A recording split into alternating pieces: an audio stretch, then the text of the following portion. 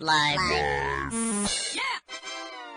Due to some violent content, parental discretion is advised.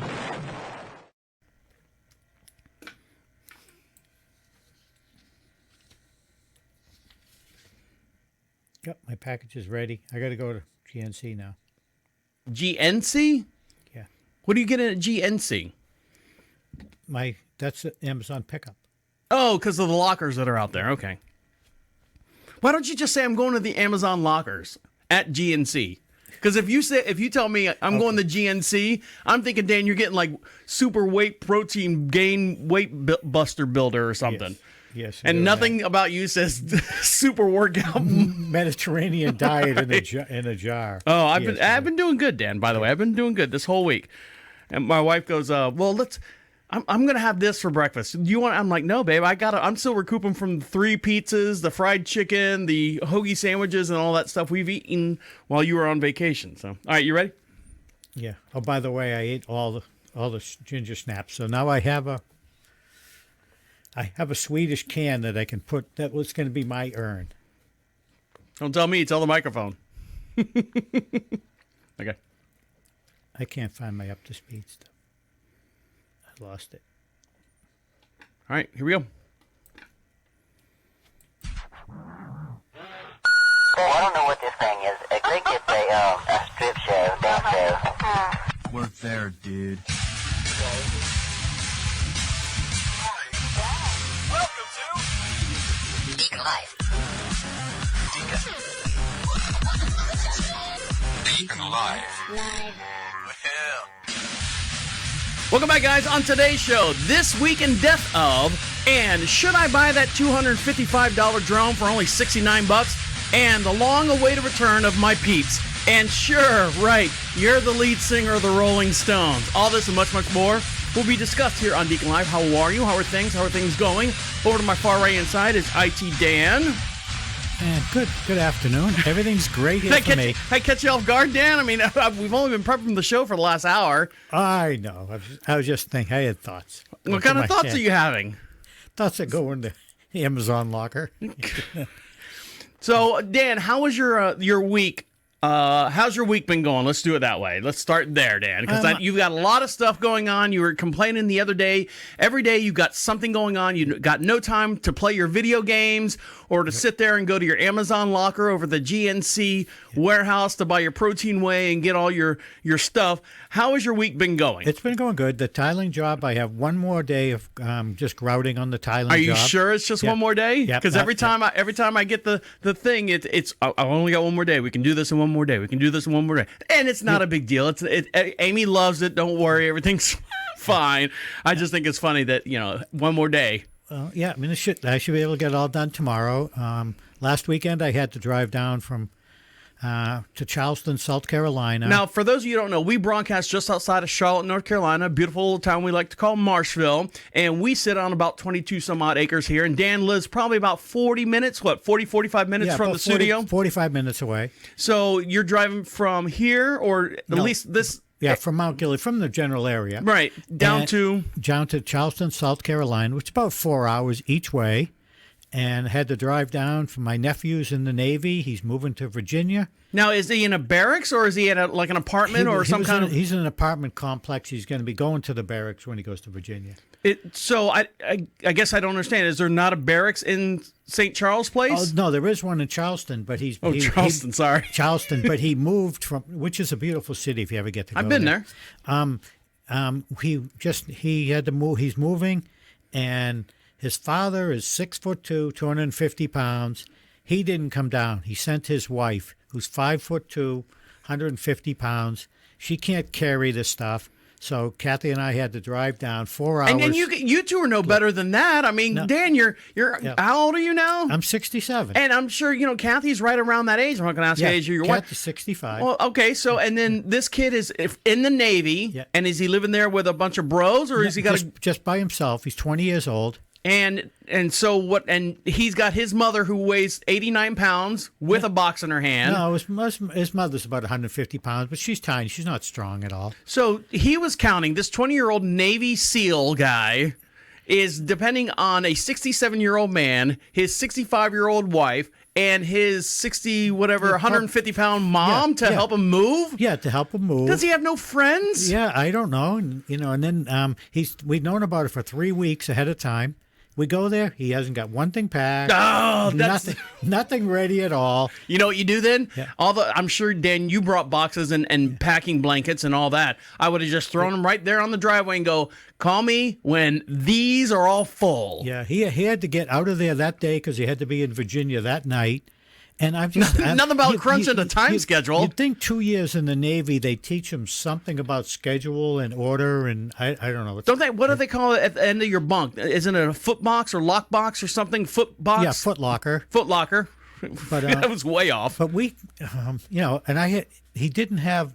I had to show him how he was going to carry everything out through double doors and around the building. I said, this will fit through the door. No, it won't. And you know how you have to angle things and move. If you ever played Tetris. Pivot!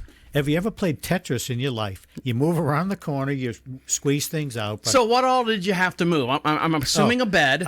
A bed. I'm assuming some kind of dresser. No dressers at all. Everything's just on the floor. We had one couch that was heavy as a mother. It was a sectional couch. Did he have to have that couch if he's moving to a barracks? Well, no, actually, all the stuff is going to a truck. We put it on the truck, and his mother's driving up to Massachusetts with it to keep it at his house. Okay. So she's going to put it into a U-Haul or self-storage unit until he gets out of the... Though they got room in the basement of the house. They have a big house. Even better. Yeah. So how did that go? I mean, at the end of the day, did he give you, the typical beer and pizza for helping you move? Or no, I took him out for breakfast. He's a good Dan, guess what? I need you to come over and retile my bathroom. Yeah. And then buy me lunch. I'll buy you lunch. How's that sound? And he's a good kid. He's one of our favorite nephews. He's always come down our house, and he's brought us so much joy in our life. Well, good. So it's not necessarily the task at hand. It's the people that are involved in the task at helping him move on. Yeah, and I got to see him, and it was a good time, just to see him, even if it was just carrying furniture and things. Right, the heavy stuff. Did you get all the heavy ends? Did you bring dollies? That's the worst thing, finding dollies or anything like that. No, if I had thought about it, I had one, a nice aluminum mag liner, but he's first floor, and it wasn't that far we had to walk. Well, good. All right, so everything's happy. He's all moved in. He's all nestled in and everything? Yep. And then I got that done, and then had a couple interesting computer jobs. Well, we'll talk about that, and don't forget at the bottom of the hour, we're going to talk about Up to Speed with Technology, where IT Dan talks all geeky and nerdy on us about all the new stuff that are coming out. Now, when we're talking about moving, I bought my first house when I was 20 years old, and what happened was, and I've told you the story, I've told everyone the story probably a couple times, where my mom and dad, there was a semester or a summer break. When I was in school, I was going to community college at the time, getting ready to go to a university. I took the summer off, 3 months. So I was working 2 jobs at the same time. And my dad said, hey, you know what? You're going to live here for 3 months. We're going to charge you rent in the house that I know you grew up in. I know you were born in this house. I know that now you're, 18, 19, 20 years old in this house. We're going to charge you rent to live in this house. And at the time, I had a friend. She was her mom was a realtor and was doing pretty good at the time. And so I was working 2 jobs all the time, and I had all this money saved up. And I'm like, hey, can your mom help me buy a house? Because I'm not paying rent in the house that I grew up in. I mean, I can understand if I wasn't going to school or anything. And my mom and dad said, even when I was in high school, as long as you're in school, you will never pay rent on this house. It didn't register at the time, but now I bought a house. Long story short, bought a house, signed on the dotted line, had to go to work that afternoon, came home to my new house, and I didn't have anything, basically a pillow and a blanket. Went to work the next day, and my mom and dad grabbed everything out of my room and literally threw it into my house. Like through the bed right there in the living room, through all my clothes on the bed.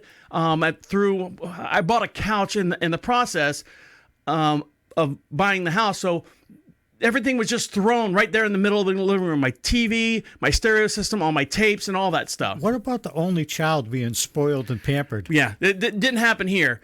But at the time, I had some really, really good friends that were like going, hey, can we have the keys to your place? We'll go over there and set up for the party tonight, moving in. And they got over there and they saw everything. And they were like going, what the hell is this? So they took the time and took all my clothes and hung them up in the closets, fixed my bed up, set my bed up and everything, got the TV to where we could all watch TV and got the stereo. And so that was my moving in as far as my parents and stuff. Me moving out for the first time. Never lived on my own at all. Went right from my mom's house to my house. What an adjustment. Actually, you turned out okay, I think. well, I mean, being an only child, my mom and dad worked like all the time. So I never really saw him. So it was my uncle, I don't want to say my retarded uncle, but he was retarded. He was slow. He was the one that was at home when I got home from school. He was the one that made me dinner and stuff. My mom and dad were working third shift, second shift at the bars. I don't know what they were doing. Did he make you sandwiches? He did make me some sandwiches. What kind? Not spam. I don't know. I mean, mostly hot dogs. Hot dogs and Doritos is what I lived on. Okay. Why? Together or No, separately? separately. Oh, okay. Well, we see the things going on with Oreo cookies and condensed milk. You never know what's going to happen. Yeah, you never know. All right, we got a big show to get into, so stick around. We'll be right back. You're listening to Deacon Live right here on Prophet Radio. I'll be right back. Oh, where are you going, Dan? All right, all you guys watching this on Facebook, YouTube, and Twitch, and all that stuff. If you want the rest of the show, go over to Deacon Live. Make sure you subscribe to us. We're available on iHeart, Spotify, anywhere that you can download a podcast. It's Deacon Live, all one word. You can listen to the rest of this podcast, and then or go to prophetradio.com, PROPHET radio. Click on the podcast section, and then probably within a day or two, this whole entire video will be up. It takes a little bit for me to add it or edit it and add it back to the website. Thanks, guys. Bye. Turn the button on. Button on. For condoms, is it? Just I had no idea what you were talking about. When you were sending that to me, Dan, you must have like a conversation that starts in your head that I don't understand. I didn't get that at all. I'm like, oh, okay, great, that's funny. I don't get it. If you would have said, hey, think about getting cheaper products like this guy got cheaper condoms. You didn't read your whole text. Dan, I did. No, I'm just kidding. This is what you sent me. You might have typed halfway through it. Okay, no, probably not well at all. So. All right, when you're back online, give me a call, and I'm thinking of you. Okay, all right, bye. Bill Powers' father passed away. Really? I thought he was dead a long time ago. He's been in the hospital for 5 weeks, and they couldn't get him in to do an operation because of all full of people with COVID. What operation did he need? He needed to get a heart valve replaced. Huh. And Did you he's go down to like Pep Boys or something, grab a valve and he's not happy with I'm the people sure. that don't vaccinate. That's him. So I didn't tell him. Why would you tell him about it? I just tell him I do the radio show. That's all I say. Right. Ready? I'm ready. Are you sure? Yeah. Okay.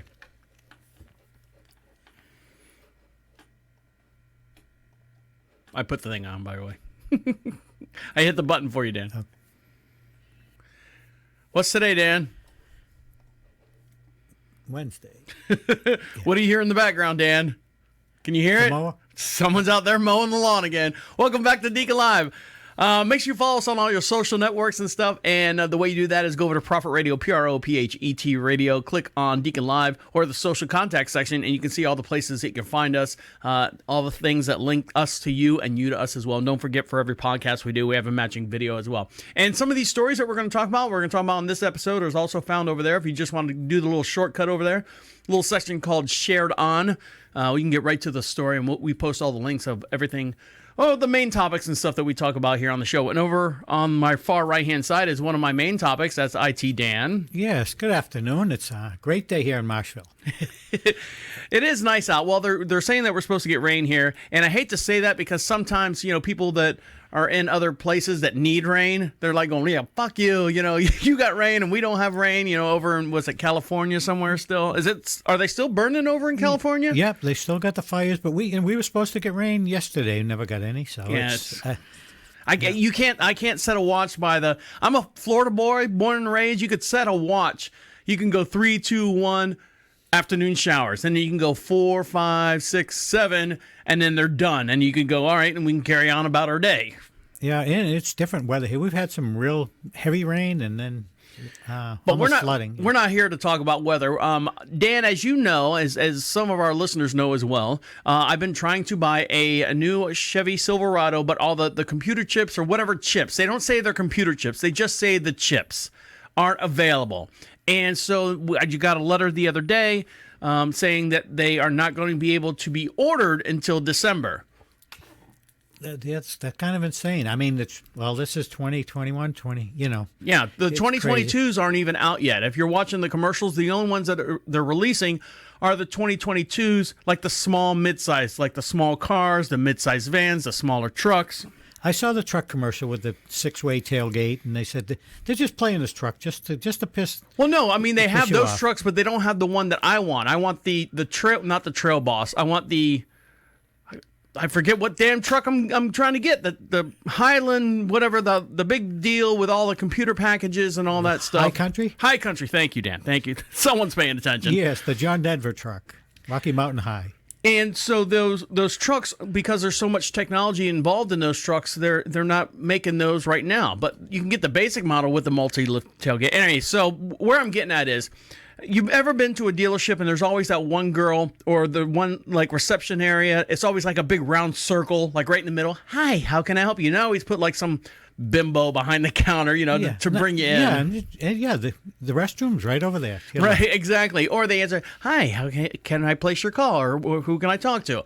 Well, in this video right here, a horrifying video captures the moment a vehicle is driven by an unlicensed man working in a Brazil dealership, toppled onto the receptionist's desk about 20 feet below. So I guess they've got cars like a 2-story thing, and they've got cars on the second level and cars on the first level. So this guy was unlicensed, drove the car right off of the balcony. You make it sound like unlicensed is abnormal. Nobody in Brazil has a license. I don't think they do. A 29-year-old contractor was driving back from the car wash Monday when he lost control of the vehicle on the second floor of a Volkswagen dealership in Sao Paulo. Now, the shocking security camera, if you want to see this video, like I said, we posted over there on the Prophet Radio over on DeaconLive. The shocking security camera footage shows a white car falling upside down on the round desk where the 19-year-old receptionist was sitting. The young woman suffered multiple fractures and was flown by a chopper to a local hospital. So here you go. If you want to see this video, Dan. I'm dying to see it. Now, you said, can you see this video on your screen right now? Yeah, it says, warning, distressing content. So here we go. I don't know if there's any volume to it or anything, but I'll play it. You ready? Here we go. Is the button on? The button is on. So tell me what you're seeing right now. Right now, you're showing an aerial view from a security. You see an almost circle desk that the receptionist is sitting on, where she's got a little pie shaped in the back where she can get in and out of her cubicle. Okay, so here. Oh. And that car, I mean, it was so quick.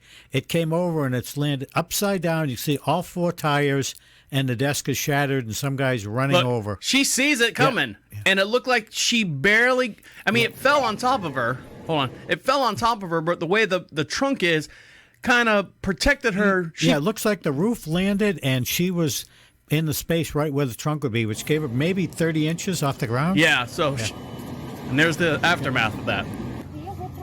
There's a girl. Yeah, they have her on a stretcher and a bunch of. They're airlifting her at helicopter, so. Yeah. Yeah, it's not just a scratch. Well, I mean. Wow.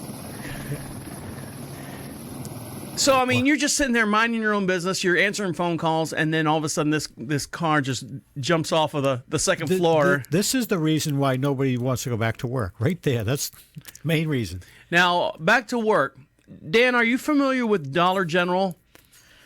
Yes, and they just put one right down the street from us, a mile from our house. I could almost walk it if I was younger. Now, Dollar General, I think, started out as a dollar store many years ago, but they've upped their prices, and what they do is they take a little bit more pride in bringing in more name brand stuff instead of generic stuff. Now, there's also another company out there called Dollar Tree. Have you ever shopped there? Yeah, we shop there too. My wife goes there like during the holiday times, and she gets all like the cheap decorations. And oh, I'm hitting the microphone here. Gets all the cheap decorations, and she'll do like the crafting and stuff. If you take this from a Dollar General store, and TikTok is probably helping Dollar General altogether because they make all these videos. You can find you get some Southern Charm girl going. You can find all these stuff at your Dollar General or your Dollar Tree, and we'll show you how to make a porcupine sculpture. And it's all these glue and hot glue and staple and all that. Want to know what my favorite item is from Dollar Tree? What is that? Wallabies gourmet licorice. It tastes 10 times better than Twizzlers.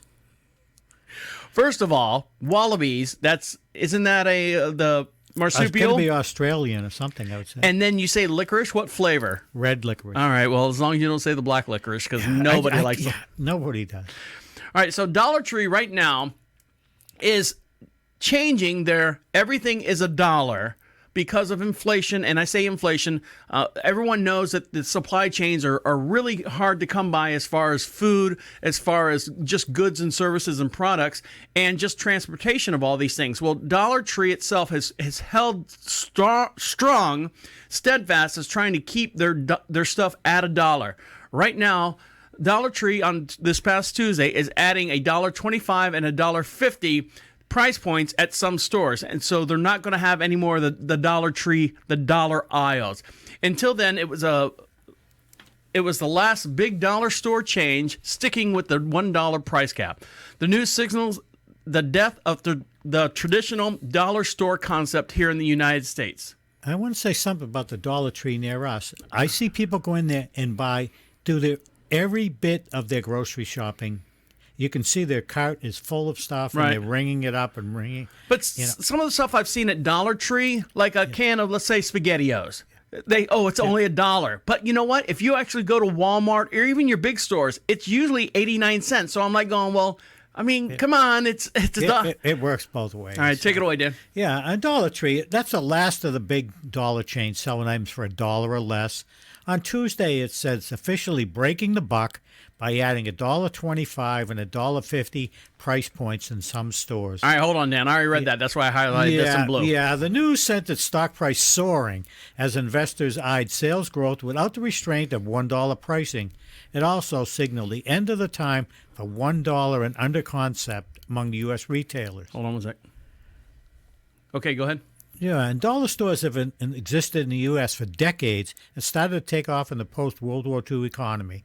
While these stores began life selling products at $1 or less, most were quick to diversify in prices in line with inflation, but Dollar Tree didn't. And I remember going to a five and dime store. Where everything was, five and dime, or what do they call it, penny candy or something like that? Yeah, you get penny candy. We're really dating our age here. But outside, it would say a five and dime store. It would say that. Well, Dollar General was the largest store chain in U.S. by store count. So they opened their first location in 1955, and they created, it was a father and son team, and they tried to replicate the Dollar Days sales found year-round at department stores in Nashville, Tennessee, and also in Louisville, Kentucky. Now, it said the owner's son said it didn't take long for this to creep up, and today's chain's offer at Dollar General has private labels and national brands, $10 or less. Excuse me. Now, there's a West Coast chain that's called 99 cents only, is facing lawsuits from customers after they raised its top price of the items in the store to $99.99 in 2008. People were like going, hey, what's up? It's misleading. The company's name is called 99 cents. Well, everything ends in 99 cents, and that's what they were trying to portray. But all these claims rises the prices. Dollar Tree, originally called only $1, which they changed the name in 1993, stood by its promises, and even investors pile on the pressure to add new price points. Yeah, and we go to McDonald's, and McDonald's has value meals. You know what the values used to be $1. Now they're up to $3. And it's funny when they came out with the dollar menu. Now I don't eat at McDonald's, but at the time I was working somewhere, and that was the only fast food place I could grab late at night before I got home from work. And I was like, ooh, I think it said double cheeseburger or something like that. But it was 2 patties and 1 piece of cheese. if I want an extra piece of cheese, it was like 45 cents for the extra piece of cheese. So I'm like, oh, I don't need the extra cheese. I'll just do it. But I love, cheeseburger anyways. Now, Dan, are you playing the lotto? The Powerball just landed. It's someone out in California won the $700 million Powerball this past week over in California. It's down to 40 million. It's not even worth playing this. People say it's not even worth playing. I'm playing it. I'm just kidding. We talked about the rich hide their money and stuff, and Dan and I were going back and forth of what defines someone that's rich and what you have as far as liquid assets and what you actually own as a person. And so we went round in circles on that. Now, this gentleman right here, just a normal bar owner, and in Michigan, you're allowed to play lotto at the bar. Now, are you familiar with the game? A bar owner or a customer? I'm sorry, bar customer. I'm sorry. Thank you for correcting me, Dan. At least someone's paying attention. Have you played the game Keno? I've seen it, but I've never played it. Okay, so for those of you who don't know what Keno is, in this place right here, in this bar in Michigan, they have a live screen, and they do a drawing every 2 minutes, and essentially you pick out 10 numbers, and it's out of, I think, hold on, let me read the article. It is out of... 10 numbers out of 80. Out of 80. So you can place a $1 bet, $2 bet, and then as let's say you pick 10 numbers. And if you get 3 right, then you get $1. You get 4 right, just like the regular lottery, and it keeps the increments keep climbing and climbing and climbing. Now, this gentleman right here, a Michigan man, won the lottery earlier this month, but unfortunately something happened to him. On the morning of September 24th, the body of 76-year-old Gregory Jarvis was found on a private beach that makes up part of the Saginaw Bay. He was a very nice guy. Don Taliski, the owner of the Blue Water Inn in Caseville, Michigan, told the reporters. Jarvis was certainly at the inn on September 13th when he played the Michigan lottery game called Club Keno. And I explained to you how the game actually works. So he actually, they came down and said, hold on, let's see, right here. Club Keno numbers are drawn every few minutes from 6 in the morning to just before 2 in the morning. So that's a very long, there's a 4-hour window where you're not allowed to play Keno in the Michigan area. Now, Jarvis hit the jackpot at its high point and won $45,000 by matching 8 of the 8 spots. Now, does that make you rich? Well, it depends on, again, what your value of rich is. If he has absolutely no car payment, no house payment, no nothing like that, $45,000, I think I could live on $45,000 for about 5 years. Now, if you watched that show, The Squid Game? Yes. 1 million won. That's the amount of money they have? No. No, you can win. What is 1 million won? No, not 1 million. It was 45 billion at the end of when he gets to the thing, the whole entire thing was 45 billion won. But these people were talking about money they owed. One guy said, I owe 1 million. Yeah. I owe 1 million won. You know what 1 million won is? I think it was like $1,500 or something. 1 million won is $842 in America. No, it's not. Not Yes. 1 million. 1 million won. Hold on. Throwing a flag on the field here. Because I was looking at it. Every time they said the amount, I kept looking it up. 1 million won to U.S. dollars. All right, here we go. 1 million won to U.S. dollars. 1 million won is, I'm sorry, I stand erected. It's 840. 800. Yeah, but I mean, if you get paid in won and you only make 50,000 won in a day, which is only $42. But I mean, the trade's different there. Yeah, it's just, I mean, I thought these people owed, well, they gotta go millions. Yeah, right. Well, I mean, it bought you a lot. Yeah. So this gentleman right here, what was his name? Jarvis. I don't want to diminish his name. Yeah, Gregory Jarvis. Oh, Gregory Jarvis. Okay. Yeah. So he won. They said, hey, look, he won. He said, oh, my God, this sounds great. Now, this is what happened. He bought everyone a round of drinks at the bar, friends and stuff like that. But he could not cash his winnings because he had an invalid Social Security card. Are you ready? Well, he didn't have one at all, says. Well, he didn't have one at all. And so he applied for one. So then, he said, I'll be back and wait for my card to come in. I'll go back to work and stuff. And I guess he worked upstate, on a fishing lodge or something like that. And then the owner of the whatever fishing lodge came down and said, hey, I haven't seen Jarvis here in a while. Have you seen him? No.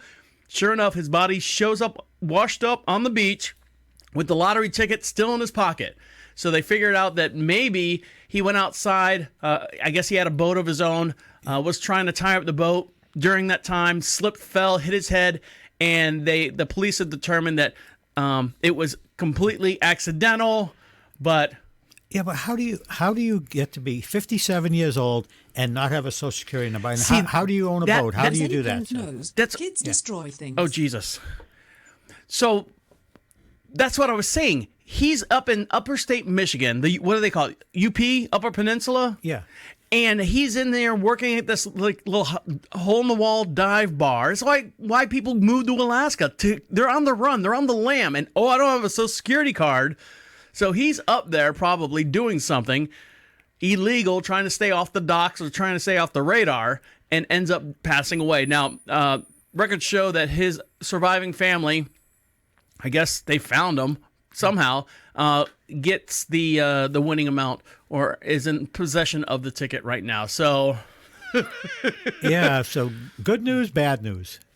all right, when we come back, speaking of hiding out in Alaska, they actually have a competition out there for the world's fattest, not the world's fattest, this year's fattest bear. And I'll dive into the details on that. You're listening to Deacon Live right here on Prophet Radio. I'll be right back. They had a lottery in Massachusetts, and you bought your tickets ahead of time. It wasn't like a daily one. And some guy, the first winner that won $1 million, he won it like 3 months after he was dead. Say that again. I'm sorry, Dan. They had a lottery where you buy tickets. When you buy it, like it's like a yearly ticket or something. You buy one number and it lasts the whole year. Right. And the first winner of $1 million on that, he won it, and he won it in 3 months after he died. He won it 3 months after he died, or he won it and then 3 months later he died? No, the ticket won. Oh, 3 months after he died. Yeah, the ticket won 3 months after. It's kind of like the situation that you're in as far as... Oh, yeah, look at that. 250. You could sell it on Creebay. Ready? Yep. So when does your coupon expire? Your 10% coupon? Saturday. Okay. I'll probably get everything on Saturday. Oh, shit. I don't have a vehicle. Have them delivered. What's it, $50? You got some 16-footers anyway. You think if I'm spending, here's the thing, Dan. If I'm spending what was the price of the lumber? I don't remember. So, it's funny, the cats are out. You saw my wife. I'm not letting I'm not even the door open for the cats. She wanted the cats to go out. She wanted the cats to do all that stuff.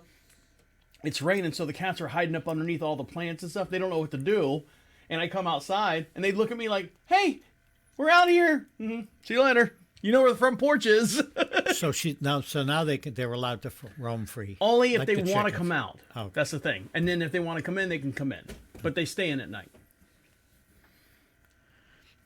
It's not so fun in games anymore, All right, you ready? I'm ready. Oh, let's go here.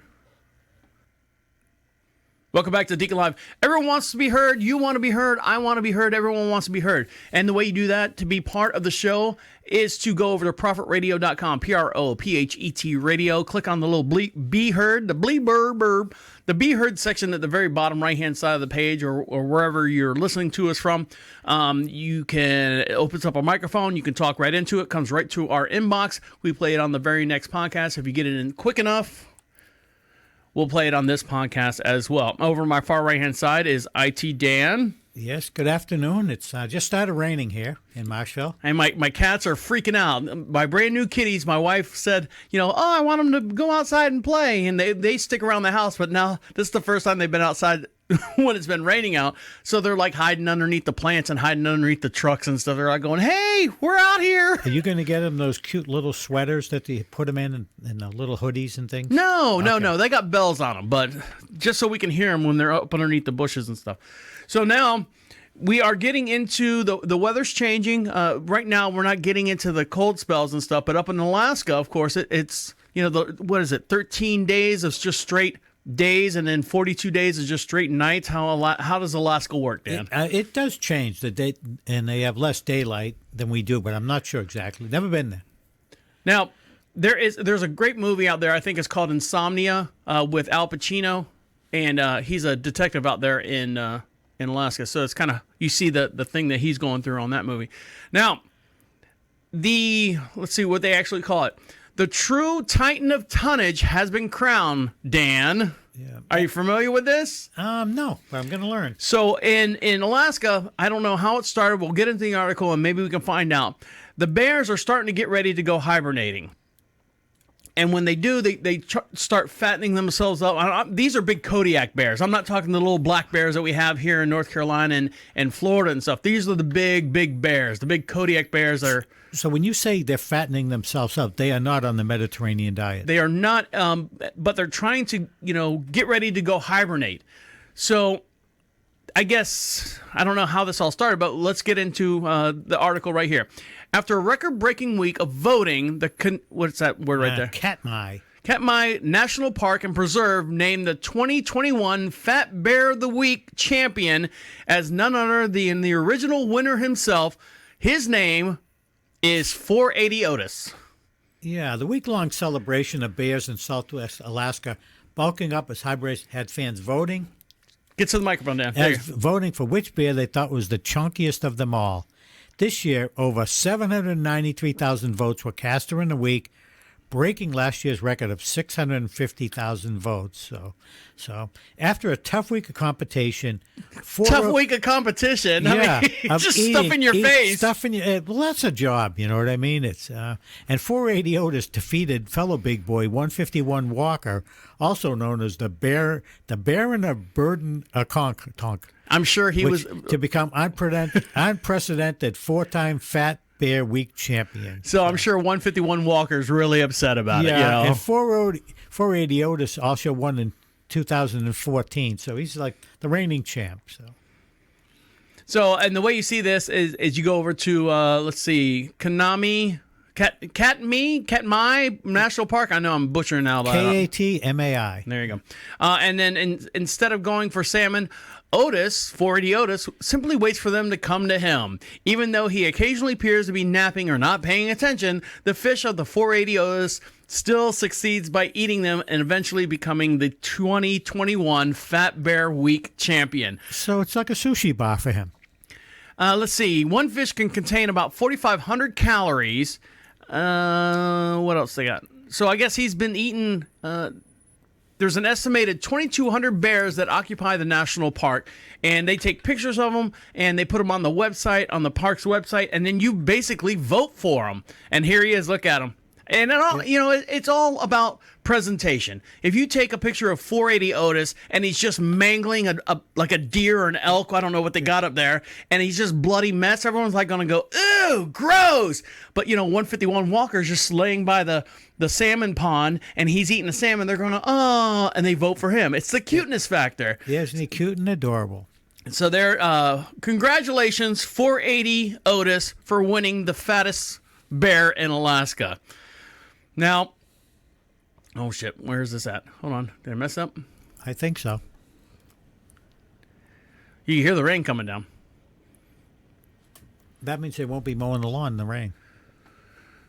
Now, speaking of the environment and being up in Alaska, Dan, what is your normal everyday outfit wear? And I wear blue jeans every single day of the week, and I wear a t-shirt. T-shirt. So and a t-shirt with no writing on it because you don't want to promote anyone. Well, same reason why you didn't get a tattoo and all that stuff. Yeah, same reason. And I wear my Lucky for Life t-shirt, and I do have somebody supposed to be making me a Assassin's Creed t-shirt. But you'll wear that? Yeah, I'll wear that. But yeah, I'm not someone who wears printed, commercialized t-shirts. Now, I like wearing jeans, but it's getting to the point later in my older age or my elder age, or whatever you want to call it, as I get older in age, I'm realizing that the jeans that have that little stretch to them, I appreciate them so much more now than the button fly, the Levi's button fly 505, 501s, Yeah. I think they were called. Yeah, I lose track of the nomenclatures. But But did you know that jeans, actually making jeans, is completely hurting our environment? no, I'm going to learn about that.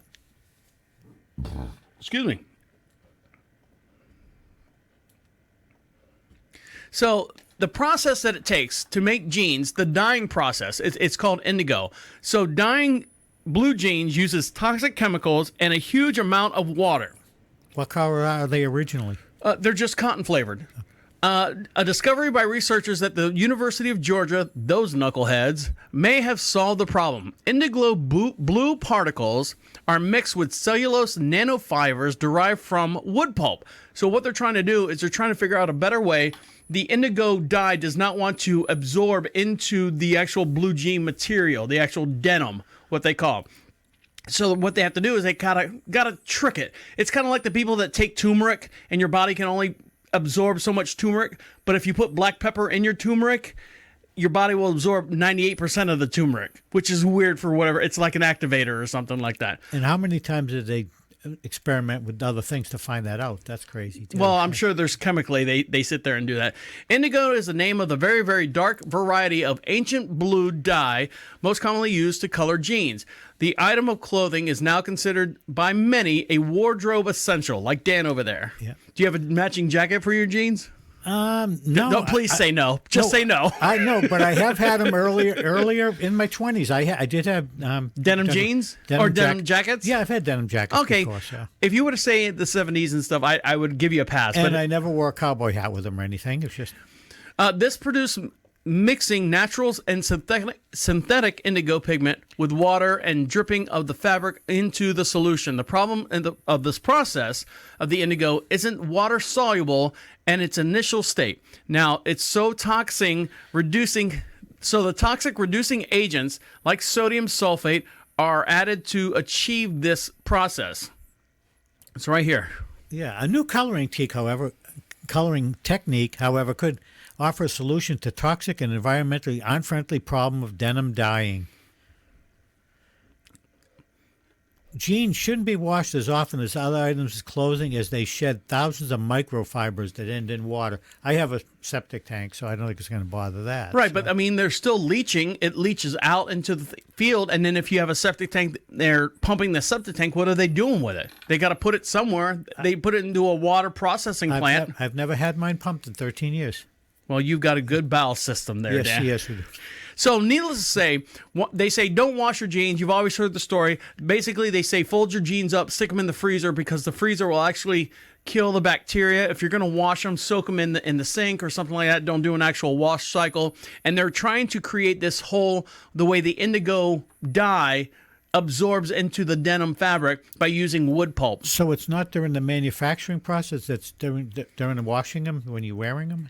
Well, first of all, to start, you have to get the dye into the jean, into the denim fabric. And to do that, they were using like sodium hydroxyphosphate, which is horrible because it pushes the color into the thing. And then they say by washing them, this material, the chemicals, kind of leaches out into your washing water. Yeah, so what I should be concerned, it's happening during when you're washing your clothes, not during the manufacturing process. That's my question. No, it's on both ends. Okay. It's on both ends. That's what they're saying. Okay. They're having a process. It's a hard time pushing the indigo dye into the jeans, and they're trying to come up with this new process by using wood pulp, and then because they're not using the surfactants and all the other stuff to push this chemical into the jeans. And then the second part is you washing the jeans. They say if you have jeans, it's always good to fold them up and put them in the freezer for 24 hours. And freezing kills the bacteria or any smells or anything that you might have in your jeans. It won't get the dirt out. Yeah, But and once you grab something out of the freezer, you go,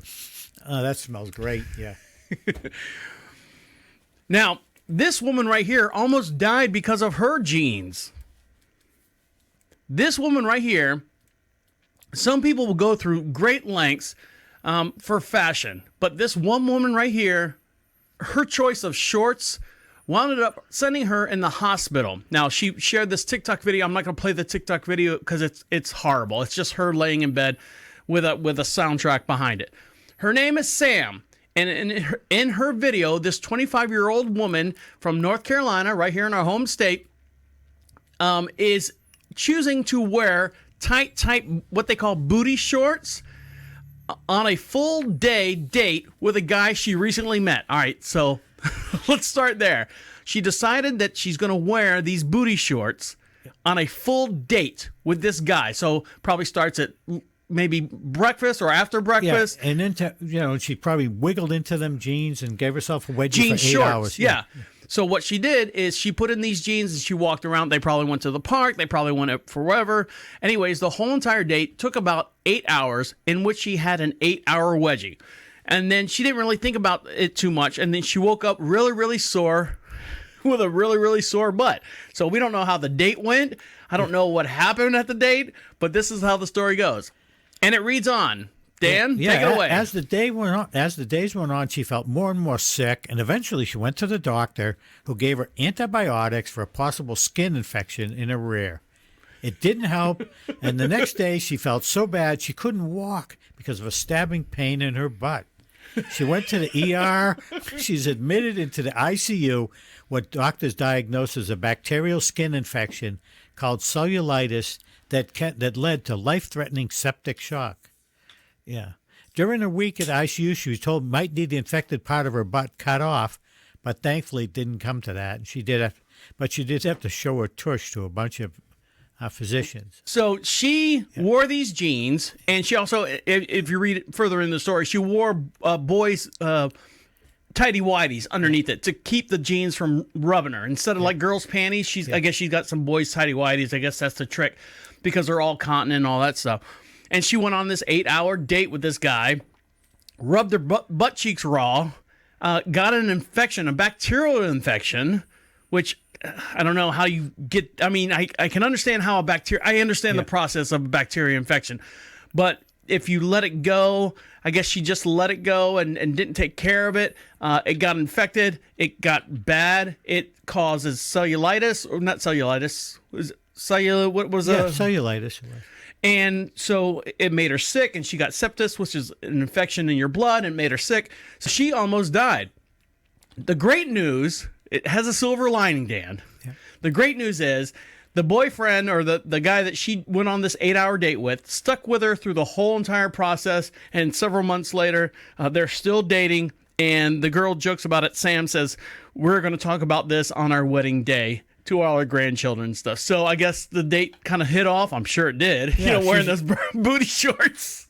Yeah, well, that's an interesting story. But I mean, that's actually kind of not. My mom wasn't wearing booty shorts, but that's kind of what happened to my mom.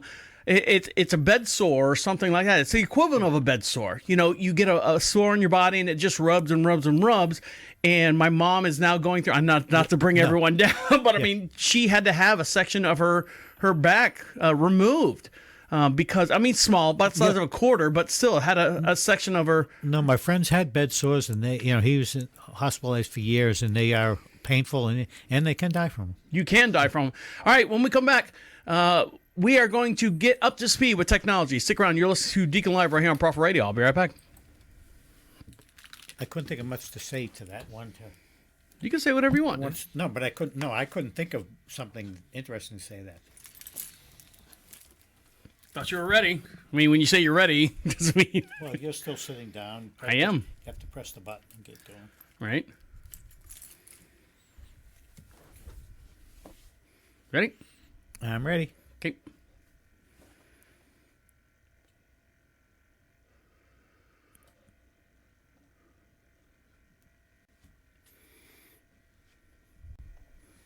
Welcome back to Deacon Live. It is now time for Up to Speed with Technology with IT Dan. Yeah, can you imagine an iPad or a Kindle for the blind with inflatable braille that changes shape under a user's touch? A Cornell-led collaboration has made a crucial component for such a technology. It's a haptic array of densely packed actuators that cause silicone membrane dots to pop up when triggered by combustion. I mean, having something that can change its shape in a way you can feel like real objects, it doesn't happen now. The technology's not there. So, is this a thing that goes over your? Like, is this a rubber type thing that goes over your tablet screen, or is this a total different thing altogether? They're going to make something. They're still in the process. They're still working on it. Everyone's been trying to make something like this with electromechanical systems, something that a blind person can touch and feel and get sense of it. It's almost like 3D for your fingers and stuff. Now, I know that I think it's somewhere they've had TVs where you have a pad no bigger than like your iPhone or whatever, but it's kind of big and bulky, and the blind person would lay their hand on the thing, and the bumps would come all across like ticker tape across the thing when a news article or someone was reading something or something like that. Am I wrong? Do you remember that? I vaguely remember it, and everyone's been trying to do this tech with electromechanical and computerized things, and they're doing it with combustion, with small volumes of gas with powerful outputs. You know, and they say, and this can be used in the future for soft robots, wearable virtual reality suits, or medical instruments. But this is just something they're just coming up with now. They haven't got a product yet. I think it's amazing, the whole Braille system and how it was created and all that. I just think it's so amazing. If you could take your hand without any sight at all and run it across my hand, if you ran it across a line or something, I think I would go down to the sentence below. I'm like going, so the boy walked down to the store and mom yelled at him, and sentence wouldn't make sense to me. You know, I mean, I would pick up like halfway through the sentences. Yeah, and it's the Braille itself is amazing. If they can do something like this, if they can help blind people, you know, get more enjoyment out of stuff, I think that's a whole great. untapped market. I think that's what they're trying to do. They want to get their space bucks too, as far as $1 million in technology things. Yeah. On a second thing, I just kind of failed there. What do you get when you mix Amazon's Alexa voice assistant with an Echo Show tablet, give it a hefty dose of artificial intelligence, integrate it all with Ring's home security system, and let it roll around your house? What do you get? You get a robot for the sake of the robot. Now, actually, you get Astro. It's Amazon's. Are you going to let me answer that? You're just going to breathe? You're not even going to let me answer it, are you? You're just going to get right into it? No. This is my segment. Yeah. You get Astro. It's Amazon's long robot home robot. The 2-foot-tall, 20-pound robot has a 10-inch touchscreen and includes an array of sensors, cameras, microphones, and it can wheel multi-directionally around your home. Can't go up and down the stairs. It's cost about. So I'm safe. $1,000. I'm safe. Yeah. If it freaks out and I go up the stairs, it can't get me. Yeah, it's not a Chucky robot. And so early reports have likened it to, it's like a robot vacuum cleaner. And, you know, they're not wrong. It just, you know, doesn't clean your house. That doesn't do that part. Well, why can't you put a vacuum cleaner on that thing too? Not yet. Have you watched the Netflix thing called, what is it?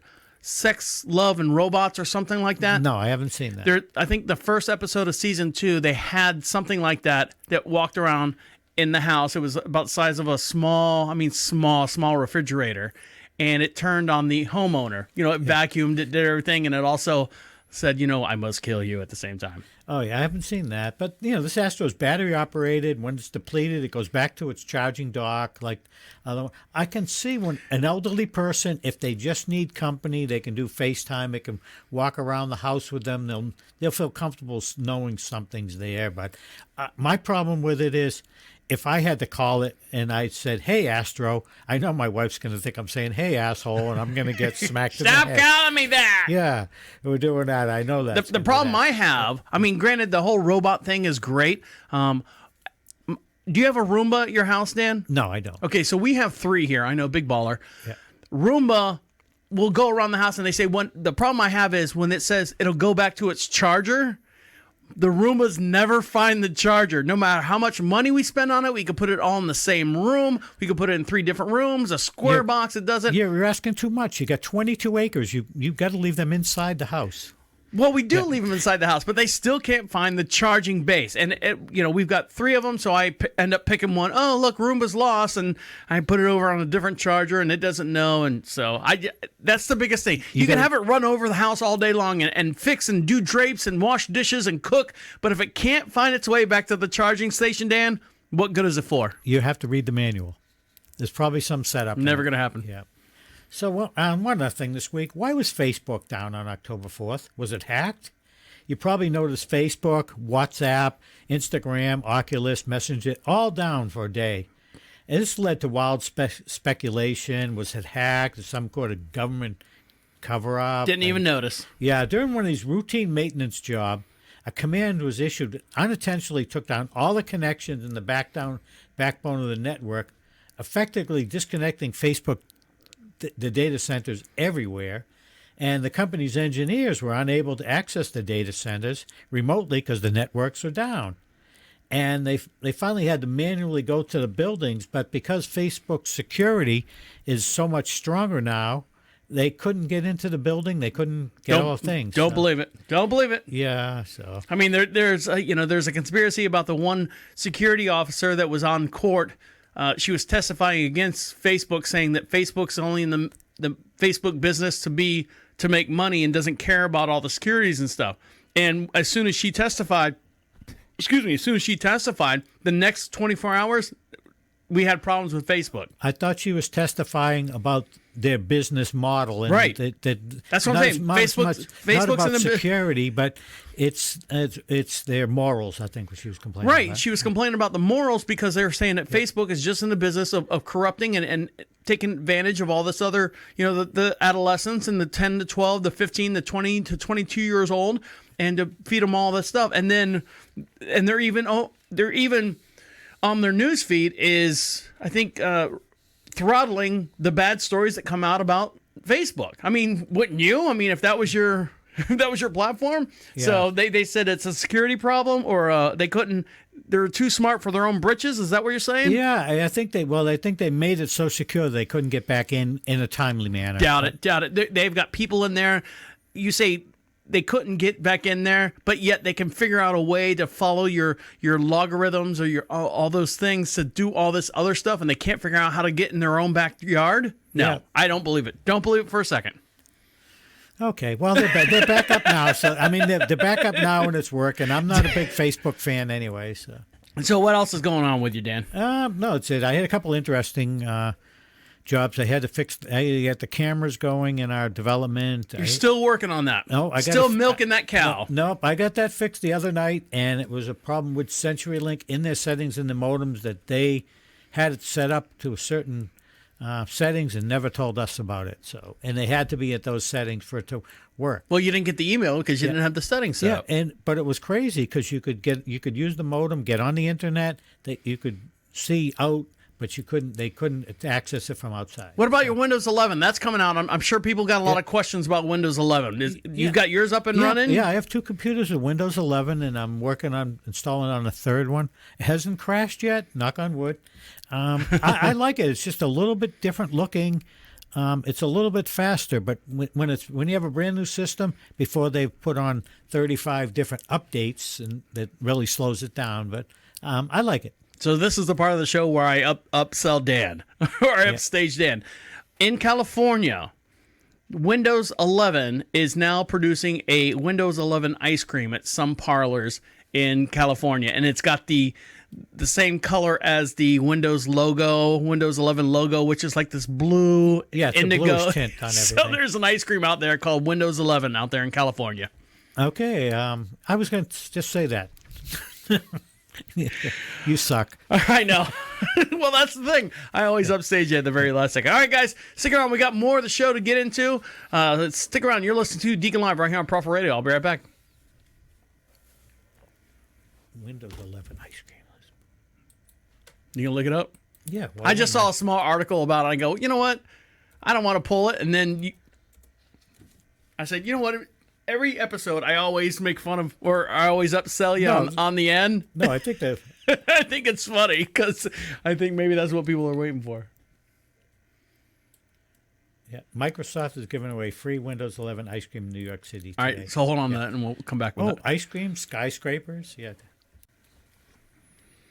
Welcome back to Deacon Live. Don't forget, all the musical artists that you hear on Deacon Live are independent artists, and they support us, and we support them as well. And we hope that you show them some love, and the way you do that is go over to Prophet Radio, Prophet Radio. Click on their little logos, their little icons. You can follow their Instagram page, their SoundCloud page, their Spotify page, and also any website or any social contacts they have as well. And over on my far hand side, our very own social contact is IT Dan. Yes. Yeah, I've been listening to these guys, and they actually very good. You like them all, huh? Yeah, most of them. Most of Yeah. There's a couple that don't float your boat. Yeah, it's just not my style. I understand. That's probably it. But the production value in most of them are it's phenomenal what people can do. Oh, I'm saying, why aren't these guys signed to a record deal? That's it. Now, we were talking about just a minute ago that Microsoft, or is it Windows, Microsoft 11 that's producing ice cream. Dan, you did a little research. What'd you find out? Yeah, they're doing ice cream. They did one whole skyscraper, and they made the whole thing blue and have Windows 11 up the side. And Stupid. they're doing all this crazy stuff. And, I mean, I think that they said that it's going to sell a lot. Of people want to get it. You're going to be saying The ice cream? I want to know about the ice cream. I don't care about Windows 11. I want to know about the ice cream. No, they just said they're selling, they haven't given it away in New York City. But I Does it think say what flavor it is? You're missing the whole thing, Dan. People Okay. want to know about the ice cream. They don't care about Windows 11. Okay, let's see what it is here. Bloomberry ice cream. Okay, they teamed up with Mikey Likes It Ice Cream in New York City to give away free frozen dessert. So it's Bloomberry. I don't know what Bloomberry is. It looks like a frozen mix of the default Bloom Windows 11. Yeah, it just says it's ice cream, Bloomberry. Doesn't say what flavor it is? Yeah, You talk out your ear? no. All right, just checking. And it says, please get in touch if you experience the human blue screen of death, which is I know. brain freeze. Yeah. Now, earlier this year, NASA was looking for a couple people to do this experimental thing because they're trying to figure out, can we survive on Mars? We're trying to figure out if we can at least get through all the things, the elements, when space traveling to Mars and then landing on Mars and colonizing Mars. Can I say Mars one more time? Yes, you can. It's kind of like when they do with astronauts to experience weightlessness. They put them in like big vats of the ocean, like not vats of the ocean, but in swimming pools. In swimming pools. So this is going to be that simulated room that they're building. So NASA reveals now they found the 4 people. I know all you people out there waiting for your email to see if you qualified. NASA reveals the 4 people who will live and work in its quote-unquote Mars habitat. This past summer, NASA announced that they were seeking applications from professionals who had certain qualifications and were interested in spending more than a month in a simulated Mars habitat. Fast forward to today, October 1st, the space agency is back with the names of the 4 people who will spend 45 days living and working in HERA, H-E-R-A, the Human Exploration Research Analog Development Project. Though this might be a dream for some space agents in the privacy or private companies. Let's see. A number of technology innovations they need to see. They need to make sure that, fresh food throughout the thing. So right here. Yeah, among other things, NASA wants to know how teams will interact with each other and perform their duties while living in a relatively cramped Mars habitat, including the behaviors they may exhibit. That's where HERA comes in, the latest simulated Mars living experience. It's going to last 45 days and involve relatively young, healthy, non-smokers who can pass both psychological and physical tests. Yeah, but I mean, psychological, I can understand. That to me is going to be the whole test. Yeah, because you got to understand that you are you're being picked up off this planet, and it's kind of like what you went through when we landed on the moon. Did we land on the moon, Dan? I don't really know. So it's taking us out of our rock that's flying around through space and projecting us however many light years it takes to get to Mars. How long did it take to get to Mars? I think 1.5 years for the rover to get there, wasn't it? Yeah, it was quite a while. And then for them to land on Mars and then build this thing. So that psychologically in itself, and you're only 4 people, I panic if I'm in the swimming pool by myself for any length of time. Yeah, I that's not for me anyways. So the primary crew that's upcoming on the Hera mission, sorry, Yeah. they should spell these words right on the internet, would include Laura Cornell, Monica Garcia, Christopher Roberts, and Madeline Willis, as well as NASA is selecting a backup crew member just in case, they fade out or get me out of here.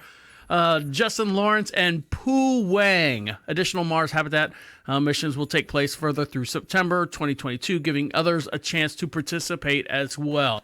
So they got a little video here. Let's see what happens with this video. See, 360 inside the Habitat for Humanity. Or Habitat for Mars Sanity is what it should be called. So there's Habitat for Humanity. Mars Sanity. There's one. They going to show any more? Is that it? It looks like our office here. It looks like the studio, doesn't it, Dan? Yeah, it's smaller than the studio, and It's got one big door that says 1 on it. And that's it. That's all I got. That's not very wait, exciting. is that a DeaconLive sticker?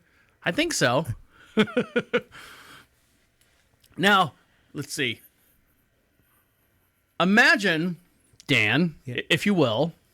Are you imagining? I'm imagining you getting out and being drunk in the woods. Why you give stuff away? You ruin it when you do that, Dan. So imagine this. So imagine you've had a hard night of just turning it on and getting ripped up. Let's say you won $45,000 and it's some kind of Keno thing, and you're buying shots of beers of everyone at the bar. Unfortunately, like Mr. Robert Jarvis that passed away. Yeah. And you go stumbling out in the woods and you just say, you know what? I'm just going to pass out here in the woods and just take a little nap. I did the right thing. I didn't get behind the wheel of a car. I didn't want to go anywhere. I just wanted to do all this stuff. My brother-in-law did that. Did he really? They found him underneath a piece of plywood. He was dead underneath the piece of plywood. He was dead? Yep. Oh, way to bring the story down, Dan. Yes. What'd he die of? Wood intoxication? Hypothermia. He was an alcoholic. He was drunk. But he fell asleep outside underneath a piece of plywood. Yeah, they found him underneath. He was a drunk and he lost everything and just lived out in the woods under a piece of plywood. Well, this man right here, a Turkish man, was reported missing after not returning home following a night out of just drinking and having a good time. He was joined. Well, hold on. Now I don't want to give this away. So they sent out a big search party. So in this search party, this gentleman joined the search party, combing the woods for several hours. Then when the potential rescuer shouted his name, he realized that they were actually looking for him. So he saw a group of people there and just decided to help them. Take it away. Yeah. A drunken construction worker who had been reported missing spent hours with a search party looking for himself on Tuesday, according to reports. Relatives of Beyhan Mutlu, 50, reportedly became concerned when he didn't return home after a night drinking with his friends in Inganol in Turkey's Bursa province. His wife was unable to reach him on his cell phone, and officials were advised that his friends lost him after he wandered into a forest. So they had a search party, and he just saw the church party and joined in. Yeah, he's like going, they're going, hey, Yeah. hey. And he wakes up and he goes, what are you guys doing? Oh, we're looking for a guy. Come on, help us follow. I'll help you follow him, find him. Hey, John Pauly. Hey, I'm John Pauly. Yeah. Hey, I'm right here. Hey, Beyhan, everybody, Beyhan Maitlu, where are you? And then the guy realized Right, it, and he's so. like going, I'm Beho Maitlu. I'm the guy.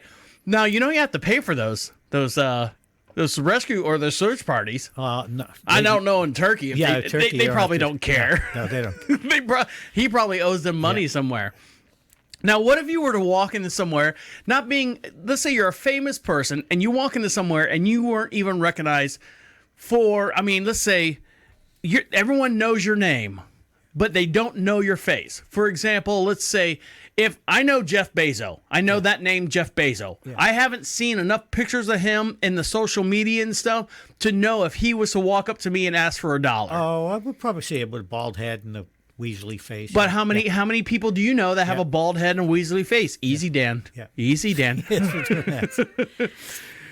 So the Rolling Stones. Now, unfortunately, Charlie Watts passed away. He's the drummer of the Rolling Stones. The Rolling Stones were playing in Charlotte the other night. Now, for those of you who don't know, we broadcast just outside of Charlotte in a beautiful little town we like to call Marshville. We sit on about 22 some odd acres. We have horses, chickens, cats, cattle, all the stuff in between. So the story behind this photo, Mick Jagger is going unnoticed last night at a small bar in Charlotte. It's awesome. So here you go. Take this away right here, Dan. Yeah, the Rolling Stones, arguably the greatest rock and roll band. I love them, and they're back on tour now, playing huge football stadiums. Tonight they were in Charlotte at the Bank of America Stadium where the Panthers play, That sits about 75,000 people in that place. Yeah, so last night was a night off of the band, and Mick Jagger, one of the greatest, most recognizable singers in rock and roll history, decided to check out the town and popped into a small bar for a drink. Check out the photo he shared on Twitter. It's so wild to see a legend just standing there having a drink with others sitting around him with no clue that Mick fucking Jagger is sitting right there. So here's the picture. Yeah. Here he is. Yeah. And he's just standing. He's got a ball cap on. He's got like a little blazer and maybe a pair of Dan's old jeans type stuff. And everyone else in the bar is just kind of hanging out.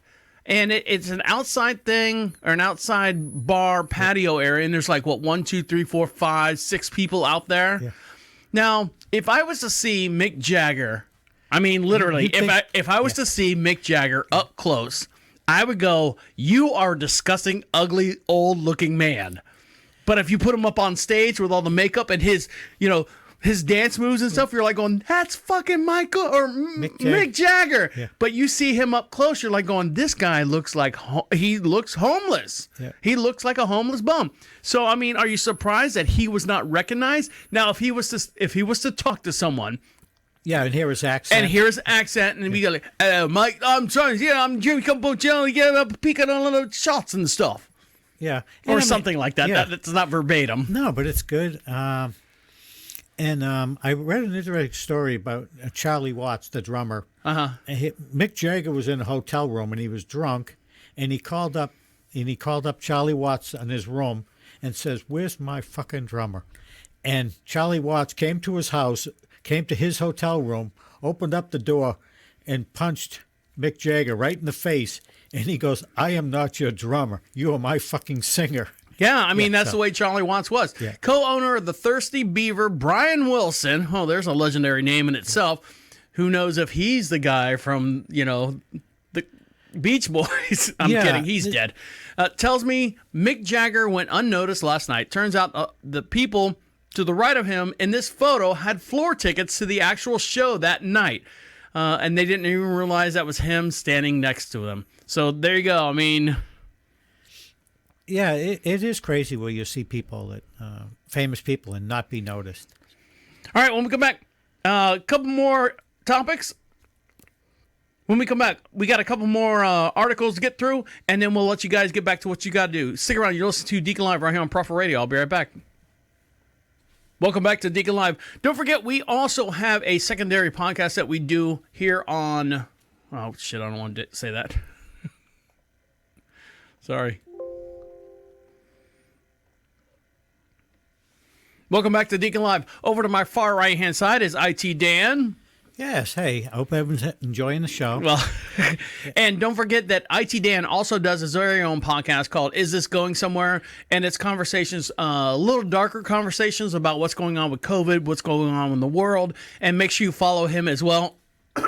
And the way you do that is to look for him on iHeartRadio. That is This Going Somewhere podcast as well. Now, Dan... Yeah. It's that time of year again. We're getting into October. We're getting into all the decorations and everything. I am a big decorator of house. I love doing haunted houses and stuff. I love decorating the property. Do you do anything special for Halloween? I don't do anything, but I go through our neighborhood and everything I see is store-bought. I haven't seen anyone originally make something. Now, this company right here, you're probably familiar with them. It's a company called Amazon. Yeah, I'm sorry. They are From getting the jungle. They are getting a lot of feedback because of You seen those inflatable things that you see in front of your house? You know, you say everything's store-bought. You get like a big pumpkin. For whatever reason, I don't know where these big dragons came from that now are associated. Have you seen the big, like... Yeah, they pump the air into them? Yeah. But they're big dragons that they're now associating with Halloween, which I don't know. I don't find the connection there. Usually it's skulls, skeletons, witches, bats, spiders, what else? Mummies, Dracula. Yeah, creepy things. I've never seen a Halloween movie that involves dragons. No. You know, like the big... Now, I can understand, like Game of Thrones or something like that. But right now, people are not happy with this Amazon... purchase that's coming out right now. Some Halloween decorations are spooky, some are cute, and some are what they considered vulgar. Scroll it up a little bit. All right, here you go. So there it is right there. Yeah, it almost looks like she's wearing a thong or something. So, yeah. That's how some of the people describe this gauche skeleton couple inflatable, the Halloween piece that is causing quite a stir, particularly in the lease of one realtors. I can't say that word. Retailers. All right, comments section. Now you ask yourself why are they care about this right here. Yeah, I mean, the inflatable features what looks to be like a lady skeleton straddling a fellow skeleton. And to be honest, just looking at it, it's pretty obvious what's going on. Well, some people enjoy a little humor on Halloween. Others will find this to be terribly, terribly wrong. So here's the actual quote right here. Yeah, this is sturdy and easy to blow up. I see people all day stopping to photograph them. Once said on Amazon. This project is suggestive and vulgar. It's associated with a holiday that centers around children is offensive beyond measure and stuff like that. So they say this holiday with Halloween is centered around children. Really? Honestly, Shelley, this is two skeletons, Dan. Yeah. If you want to see this video and see this picture, go over to properradio.com, click on DeaconLive. Describe what you see here. You can see on the male skeleton looks like he's sitting on his butt, and his hands are holding up his body, so he's in a reclining position, looking at the ground. And then there's a girl sitting right on his lap, and her arms are up in the air, opposite direction. She's straddling him, and it looks like they're getting it on in the lawn. And this is nothing different than anything that, I don't want to say on Disney movies or anything like that, but we've seen this position before in Disney cartoons, where the fair maiden takes a hold of her prince or prince-to-be or anything like that. This is just two skeletons getting it on for the most part. So if you are offended by this, then go piss up a rope. If you're not offended by this, it's Halloween. This inflatable is too risque for you to be quiet or oriented. Anyways, you can go buy one. They're about $76.49. We'll post this over on the DeaconLive section right there. And I was looking at it, I was like going, you know what? I actually only saw this part, and then I scrolled down. I was like going, you know what? That's a little weird. I don't want to see two skeletons blown up making out, because it's supposed to be scary, and that's showing passion and compassion at the same time. Yeah, it's a little odd, and I could see somebody making some money. So, now trying to make some money, Dan, you understand there's a fast food workforce shortage. Yeah, everywhere I go, open from 11 to 8 only, outdoor drive-through only. It's really changing everything. Now, I know that some restaurants around here, even like the local Wendy's, you think a Wendy's, a big realtor or a big distribution, big store, box store, brick and mortar store selling hamburgers and stuff, they actually don't open up for breakfast anymore at our Wendy's, right here in Marshville, because they can't find anyone to come in that early, and vice versa. They might come in that early, but they don't have anyone to cover the dinner shift. So they'll shut everything down at like 4 or 5 o'clock, and no one can get anything. Now, can you imagine being a franchisee where you've gone and invested $200,000? And most $102,000. What are you talking about? You can buy them for $102,000, but you have to have at least 1.5% or 1.5 million in assets and $500,000 in somewhat liquid assets at the same time. We were talking about being millionaires and stuff. How many won would that be? A lot. That's a lot of won. Or they say in my country, lots of won. Yeah, we do. Now, this fast food chain, I don't know, I've never heard of them before. They're called Raising Cane. Yeah, I haven't. I've not heard. I've never seen a franchise or heard of it before. All right, so this is a franchise, and because of the rising rate of unemployment as far as people actually working in the restaurants, they've actually gone down and said the corporate staff, you were going to go down to store, 232, and you're going to go work the fry cook. You're going to be a fry cook. You're going to be the cashier.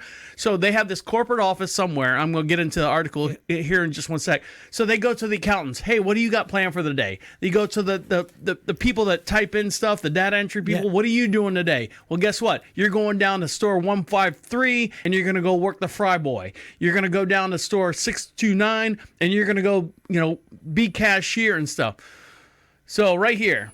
Yeah, a fast food chain is asking corporate staff to fry chicken and serve customers in its restaurants amid an industry-wide labor shortage, Bloomberg first reported. I don't need that. Yeah. Raising Cane's Chicken Fingers, which has more than 500 restaurants and is known for its chicken finger meals, will send half of its corporate staff into branches across the U.S. So, I mean, they were saying that, the company wants to hire 10,000 workers over the next 50 days, but until then, they're sending their corporate offices. Hey, I don't need you to crunch the numbers. We don't have any numbers if we don't have any sales. No. You see what I'm saying? Customer comes first. Bring the money in through the front door, and then let's worry about the money on the back door as it's sitting on the back porch when you guys return back to your office. So they're sending corporate office people down to these locations to actually work the fry daddies.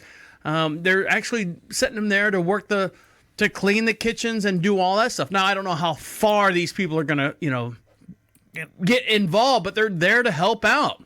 Yeah, I'm looking at them and I can't see any of Raising Cane's anywhere, North Carolina or anywhere. All right, so Insider said that 200 people from its Dallas office were shipped out to all of its restaurants, as well as 250 members of its field team were included in the marketing and training staff. Senior Vice President was among those sent out to the location. So Raising Cane is now taking their corporate office. Now, do you think that's a good idea or a bad idea? Are you below? Now, Dan, think about it. If you're a corporate office person and you're working in, hey, Mr. Johnson, we can't, sell the meat this fast. The prices of meat. Hey, guess what, Corey, go down and I want you to work in these restaurants because if these restaurants fail, we fail. Yeah, personally, me, nothing is beneath me. I'm no better than anybody else, and I don't think I'm any worse than anybody else.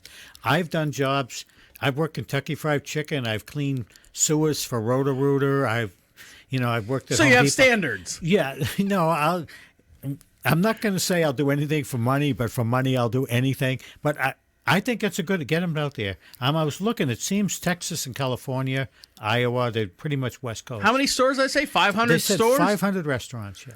Find the website and see when they were founded and stuff. And while you do that, we're going to get into Dan's favorite pizza restaurant, Domino's.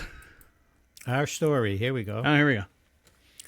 Oh, okay. It's been our founder, Todd Graves, took a few pictures along the way. Oh, and what's he doing? He's just showing pictures of all the different things he's done. And then you got to hover over the picture to read a story. Well, I want to hear, when did they, Wikipedia, do wiki, whatever. I'm talking to the microphone too, please. You're talking out your ear. Out my ass? No, out your ear, because you're like this.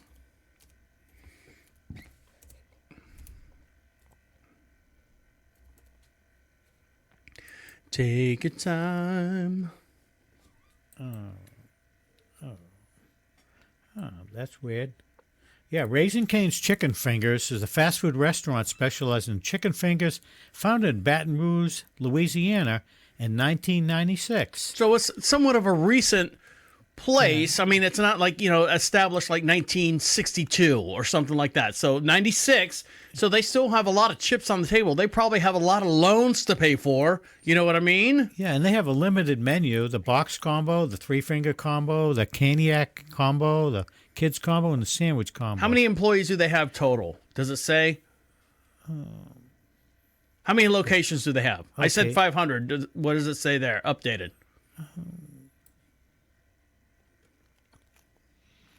No, it's not shown in Wikipedia. It said 500 in the other article. Okay. Though, So 500 people times, or 500 locations times how many people? 30 people per branch. I mean, Yeah. that's 1,500 people there. Plus the home office probably has another 2,000. So you're talking about like 10 to 12,000 people. Yeah, and it's over 500 people. So wow, and I've never heard of them. So Well, there you go. Now, one brand that Dan knows he's heard of, which he refuses to eat at. no, I don't like Burger King's. What I don't like Domino's. I just don't eat because it doesn't taste good. That's all. Domino's Pizza has recently changed its chain menus several times. I told you about this. They're now offering an ooey gooey cheese. Let's be real. Who doesn't like ooey gooey cheese on their pizza, Dan? Yeah. This restaurant is quietly introducing this new trio of Dunkin', sharing, and cheese pulling oven-baked dips that they're coming out with right now. Wondering what to do with your dipping sauce? Well, guess what? Domino's is taking over that right now. Yeah, they've got 2 cheesy options and a third dessert-friendly flavor. The savory selections include a 5-cheese dip, which is made with cheddar, Asiago, Parmesan, American, and pizza cheeses. I love Asiago, by the way. I'm going to go on record, say I buy Asiago all the time. My wife loves that, and she puts that on her salads. She really enjoys that. Right. So, and it's got a cheesy marinara dip that combines marinara sauce with creamy cheeses. The sweet version is a baked apple dip that's loaded with cinnamon. So I guess they're quietly releasing the dips because it doesn't want to make an official announcement. Just in case they suck, is what they're saying. Sometimes word of mouth is just people going to eat them and tell their friends. So anyways, easy on the microphone. Still paying for those too as well.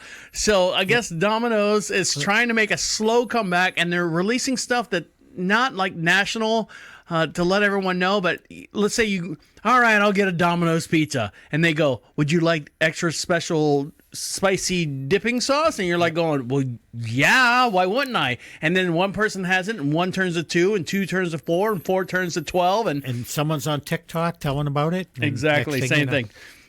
Where'd you hear about it? Oh, I heard about it on DeaconLive. Exactly. All right, when we come back, Dan, you ready to test drive a TV? Well, how do you do that? And I'll tell you all the details on that. You like your TV, Dan? Yeah, I love it. It's great. I'm going to get you a better TV here in just one sec. Stick around. You're listening to Deacon Live right here on Prophet Radio. I'll be right back.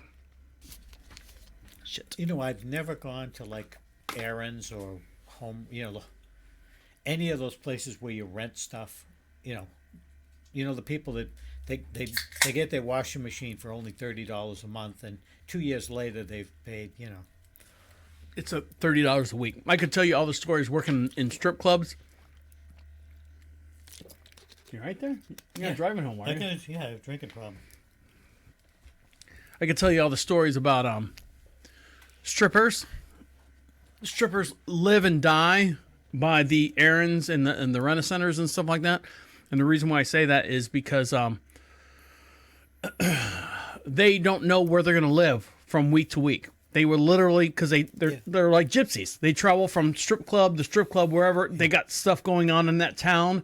If it's basketball season, because the clubs I worked at were right around the Orlando Magic Center, we get an influx of girls. As soon as basketball season was over, those girls would go somewhere else. And we'd have like the local girls, they were trying to, pay for diapers and stuff like that.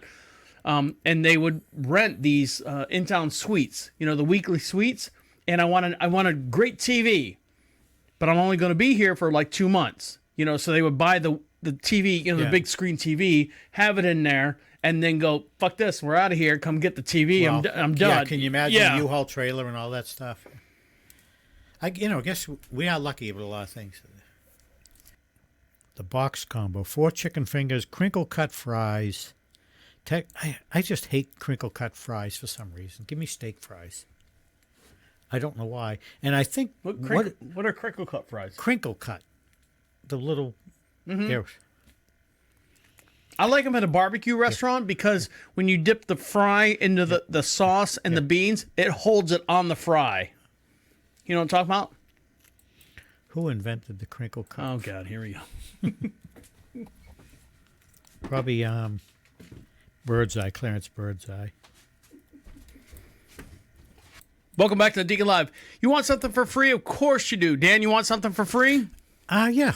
I always like that. Well, what you do is you go over to prophetradio.com, PROPHET radio, click on the free swag section, fill out the little form there. Believe me, I got enough shit to do. I just actually, Dan wasn't around, but I had to send out the last from 100 or so from last month. Yeah, it's not easy, is it? It's not. No, and they're heavy, you know. I thought that's great. Make you get on the post office. I went down to the post office today and sent them all out.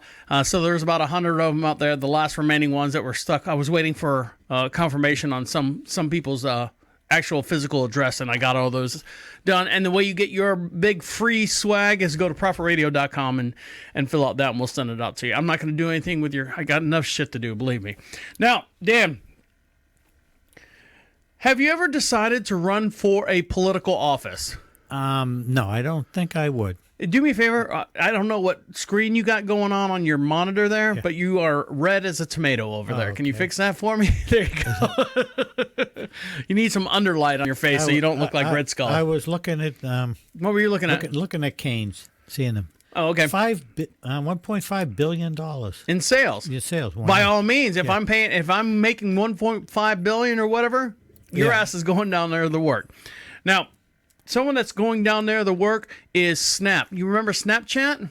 Are you familiar with Snapchat? I've just heard of it. I've never used it. So Snapchat is a platform where you can do like these 30-second videos and yada yada yada, and everyone gets on it.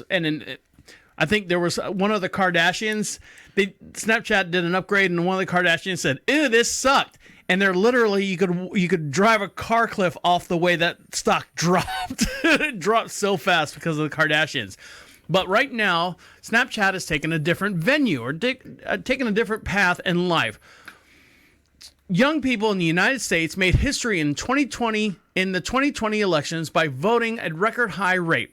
Now, the technology company behind the most popular social media app, beg to differ on that, is hoping to help some of those voters become political candidates in their very own right.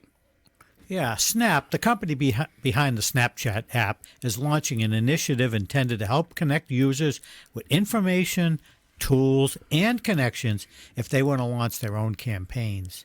Sophia Gross, who's the head of policy partnerships and social impact for Snap, said the idea came from the company's observation after making a major push around voter registration and education in 2020.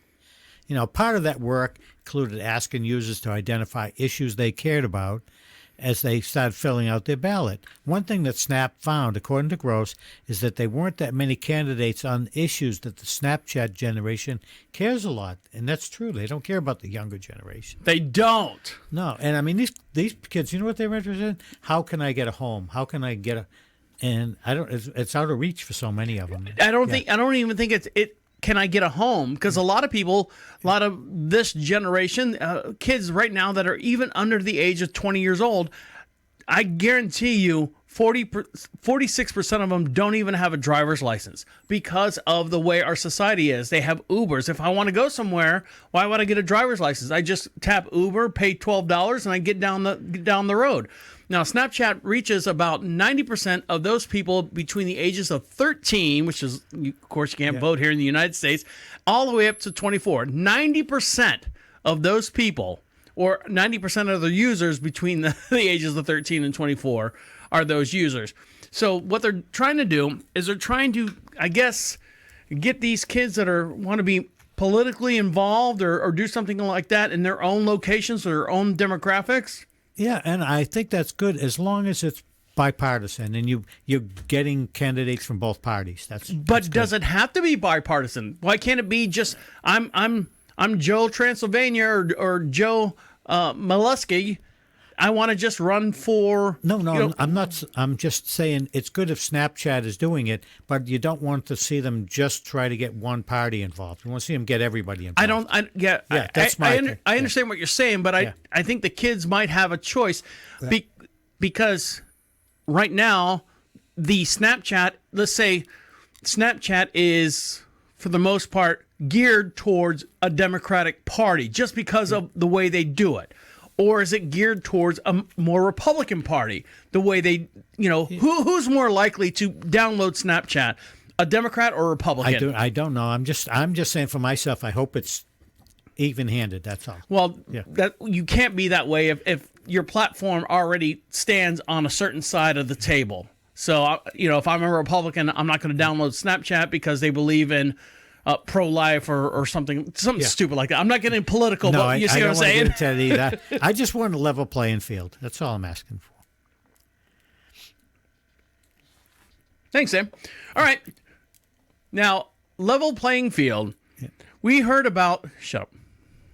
We heard about, what is it, Jeff Bezos, and what's the other guy's name? Richard Branson. They were all flying into space. And they never even reach space. They get close to it, but they don't reach space. I mean, it's kind of the equivalent of us sending up a balloon and saying we broke the stratosphere or something with a camera on it or something like that. Now, are you familiar with the gentleman by the name of Captain T. Kirk? Yes, William Shatner. Do you know what the T stands for? Thomas. No. Thomas. No. In Captain T. Kirk? Look it up. Here we go. Another half-hour show here. It's Tobias. I've never watched the show. You are not a fan. No. It's funny. I like Star Wars, but I didn't like Star Trek. Well, guess what? William Shatner will fly to space aboard Blue Horizon or the Blue Origin rocket. What's his name? Blue Origin is I can't remember which one. Well, look up what's his middle name? It's Jeff Bezos. Oh, I'm looking up that. Dan, you got a lot of stuff. Tiberius Kirk. Told Yes. you. Called it. Points for me. Yeah, and Tiberius, if you translate to English, is Thomas. No, it's not. It's because he had a Vulcan mother. That's why. I made that up. But let's go on with it. Pay attention, Dan. Cape Canaveral, Florida. Captain Kirk is rocketing into space next week, boldly going where no other sci-fi star has gone before. Jeff Bezos' space travel company, Blue Origin, announced Monday that Star Trek actor William Shatner will blast off from West Texas on October 12th. What's today? Oh, he's got 6 days to shit his pants. Yeah. This is true. I'm going to be the Rocket Man. 90-year-old tweeted. What's his name?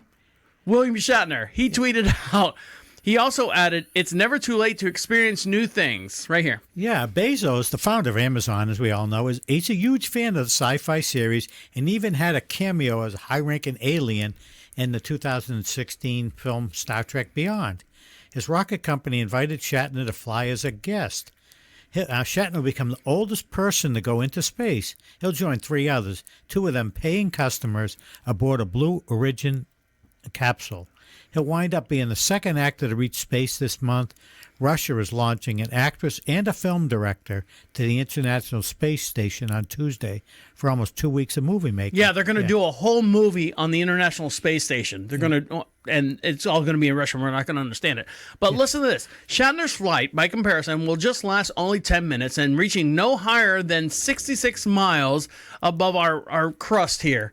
Now, 10 minutes in space, William Shatner, 90 years old, pussy for one. I mean, he is a big doughboy. He is not going to make it. He is going to die. He is, I'm putting it on record right now, the force, the G-forces, all that stuff, he is going to fly into space, shit his pants, die, and then that's going to be the end of him.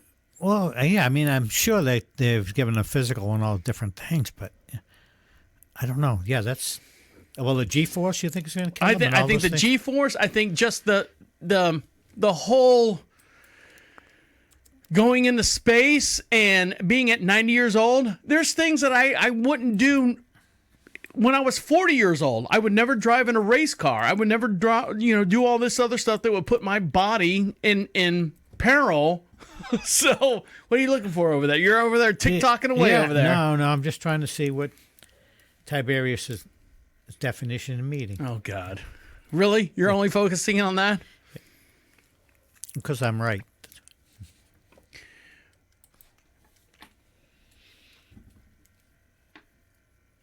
You done typing over there? I'm waiting for you. Yeah, it's all about you, Dan. No, it's all about this. No, I'm just saying it's all about you. What's this Tiberius' name? No, I shut it off. You sure? Yeah.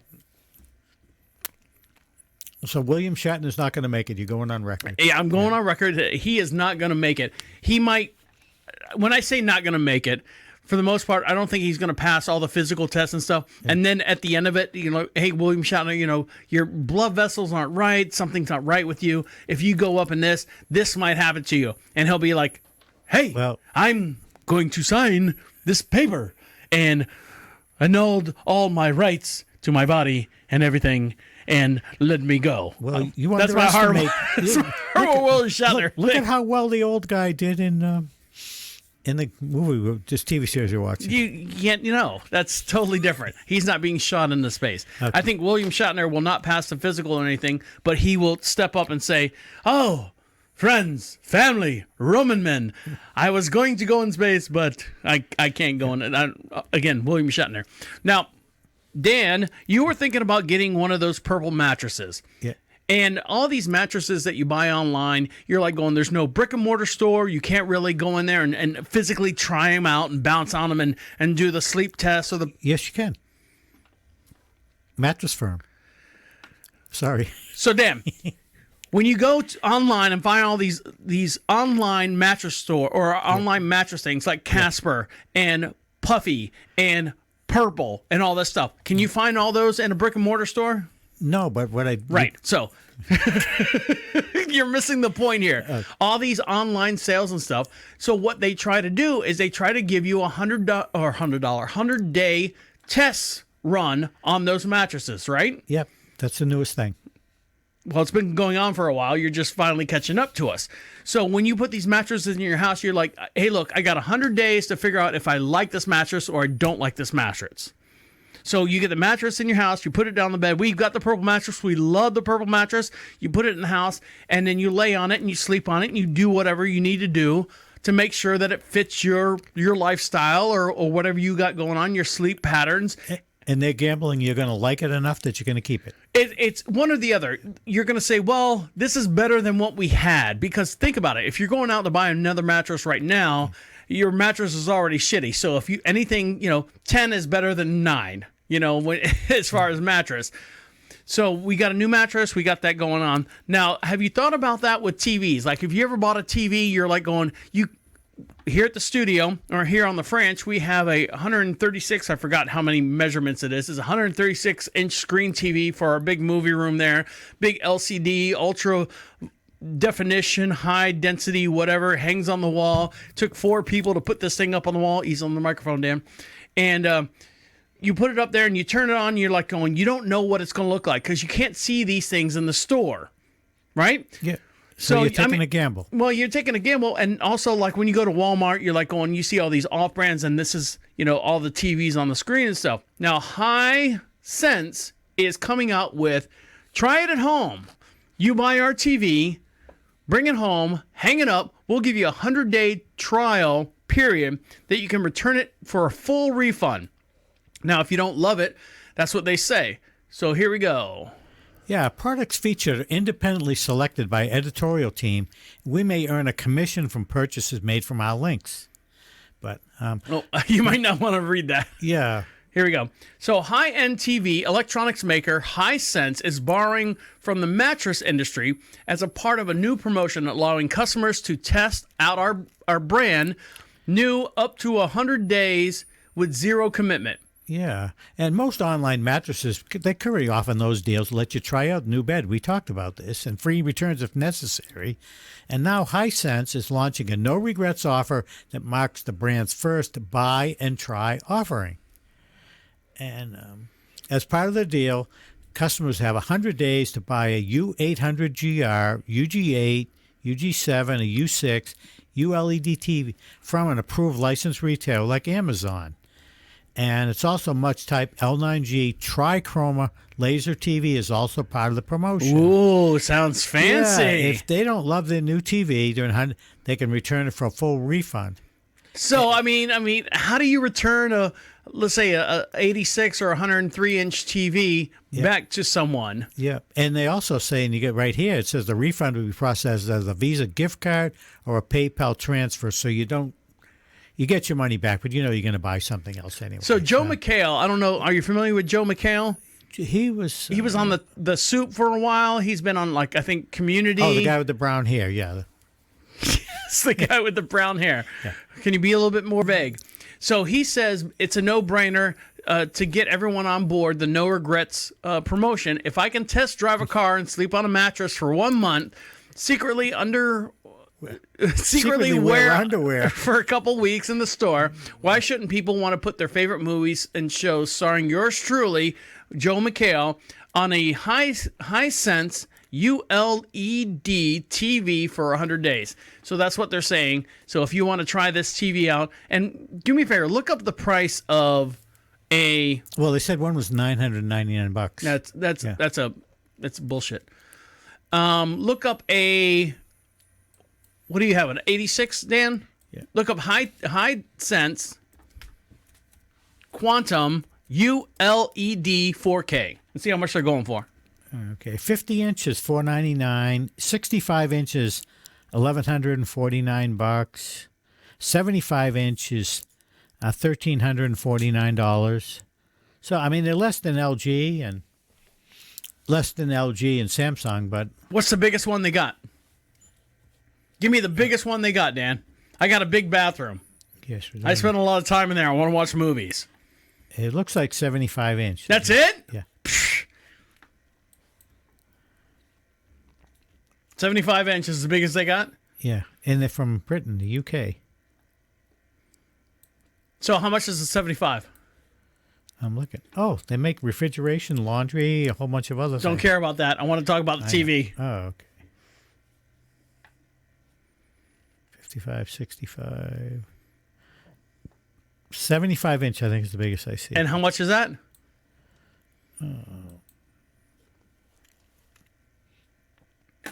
Gets thinking. Well, it didn't show it right. Okay, here we go to Amazon.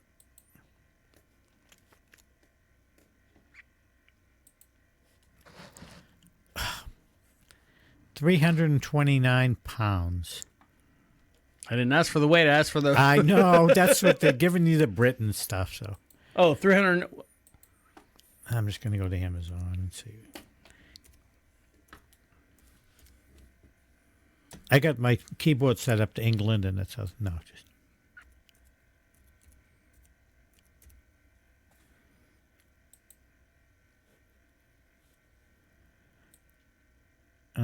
Okay, 65-inch T is $1,100 at Amazon. 75?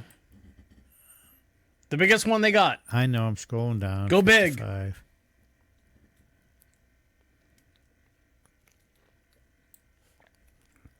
70 inches and up. 75-inch, $1,349. Okay, so for $1,400, you could have this measly, small, little 75-inch in your bathroom or in the kitchen. I would put that in the kitchen so I can watch Hoda walk around with her kid and stuff. I have 100 days to reject it or whatever? Yeah, 100 days. Well, and return it as a gift card or a PayPal. But how would I get it back to the UK or whatever? You can't stick it in one of your GNC Amazon lock boxes. I mean, how would you send that back? It would have to. And how would you package it up? I guess there's a lot more red tape to go through on that one. Now, Dan, I know I've exhausted you as far as looking up technical stuff. It calls me on a Thursday, which is my wife's day, and we're talking about this drone. So right now, thank you for blowing the next topic, Dan. So I have been wanting to get this whole drone. You've seen it on your TMZ. You've seen it on your Facebook feed. You've seen it on everywhere. It's everywhere. It's popping up all the time. No matter where you on your news broadcast, if you're following your local news events, there's this stupid drone that's been coming out that says normally $272, now discounted at $69.95. Yeah, that's 74% off. Yeah. Way to do the math, Dan. So here's the thing. It says takes the most amazing aerial footage. Images using GPS drone capability, capturing 4K resolution content. This remote-controlled quadcopter, I guess it's not a drone, I guess that's what they call it, drone, I guess, is fitted with a 3-axis gimbal for stable shots. with a remote distance of 100 or 1,200 meters. You can capture wide aerial shots with it, complete with a HD camera and a 2.4 gig motor. The video following feature, which is awesome. It can keep track of your movement wherever you want to shoot. So right here, read all these things that... Yeah, it's got a mechanical 3-axis gimbal for stable and accurate footage capturing. It's got video following.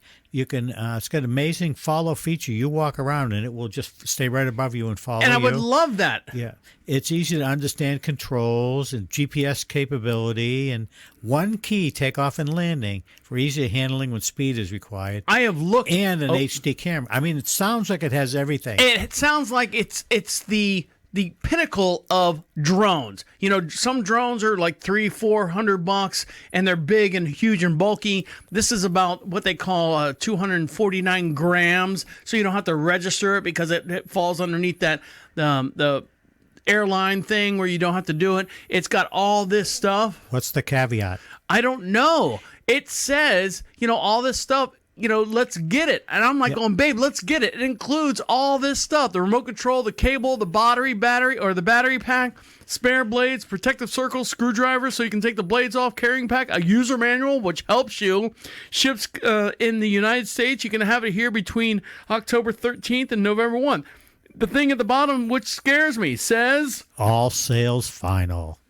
Yeah, that, and I mean... And this is on TMZ Shop. This is on TMZ, and TMZ's not. They kind of do their due diligence as far as getting stuff on their shop website. And in Amazon, it probably goes for about $130 for the same thing. But Amazon, you can return it. But there's no model number on this stupid thing, and I've seen it on my local because I follow all the Florida news, my Orlando news, and I've seen it on their website. I follow the news here in North Carolina. All my outsources, as far as where I get all my news feeds and stuff from Australia, from the UK, it's all on their news feeds, and I'm like going, why? And I'm seeing I'm reading the comments, piece of garbage, piece of shit, piece of garbage, piece of shit. I love it. Piece of garbage, piece of shit, piece of garbage, piece of shit. Best thing ever. Piece of garbage, piece of shit, piece of garbage, piece of shit. Best piece of shit I've ever had. Yeah. It's and but it has completely flooded my whole entire news feed and my social media feed with this stupid fucking drone. And my wife's like, "Go get it, buy it, buy it, buy it." And you said yourself, "Is it going to break the bank? Am I gonna wish on my deathbed that?" Yeah. And then afterwards, I saw all sales final, and that bothers me. That how much do how much do I want to throw away is what you're saying. Yeah, I mean, Hisense will give you a $1,300 TV and trust you to return it. Right, in 100 days. Yeah, in 100 not days. Broken. And this says no. All sales final tells me you could for get $70. And I'm missing 3 parts, and they go, well, buy another one. Buy another one. Maybe we'll piece them all together. I'm just saying, if you see this out there, and if you've had a good result, or you actually received this thing, let me know. And the way you do that is go over to ProfitRadio.com, click on DeaconLive, email me, put some photos up there. I want to see it. You can also tell us how you feel, or if you've gotten in, let us know your experience by clicking on the Be Heard section over at Profit Radio. I want to hear it. I want to get reviews from this. I want live, physical, human reviews on this stupid drone camera, because I only got till November 1st, so I've got all this month for you guys to get your reviews in, because I'll buy it. I want to buy it because my wife rides horses, and she always wants to see how she rides her horse, what she's doing wrong or what she's doing right. And I think this drone that would follow her around while she's riding the horse, I think would be great. Yep, I mean, it'd be nice to see some film around the ranch. Yes. All right. Stick around. We got one more segment to get into, and then we'll let you guys get back to what you got to do. Stick around. You're listening to Deacon Live right here on Profit Radio. I'll be right back.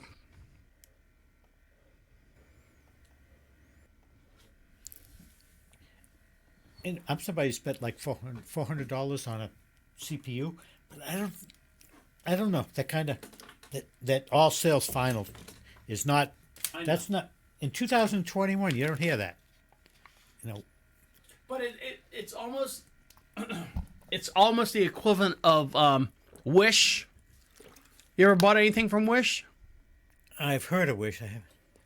But that would be one person would have one item, or I got this chair or this rug or something. No, Wish is it's all China based.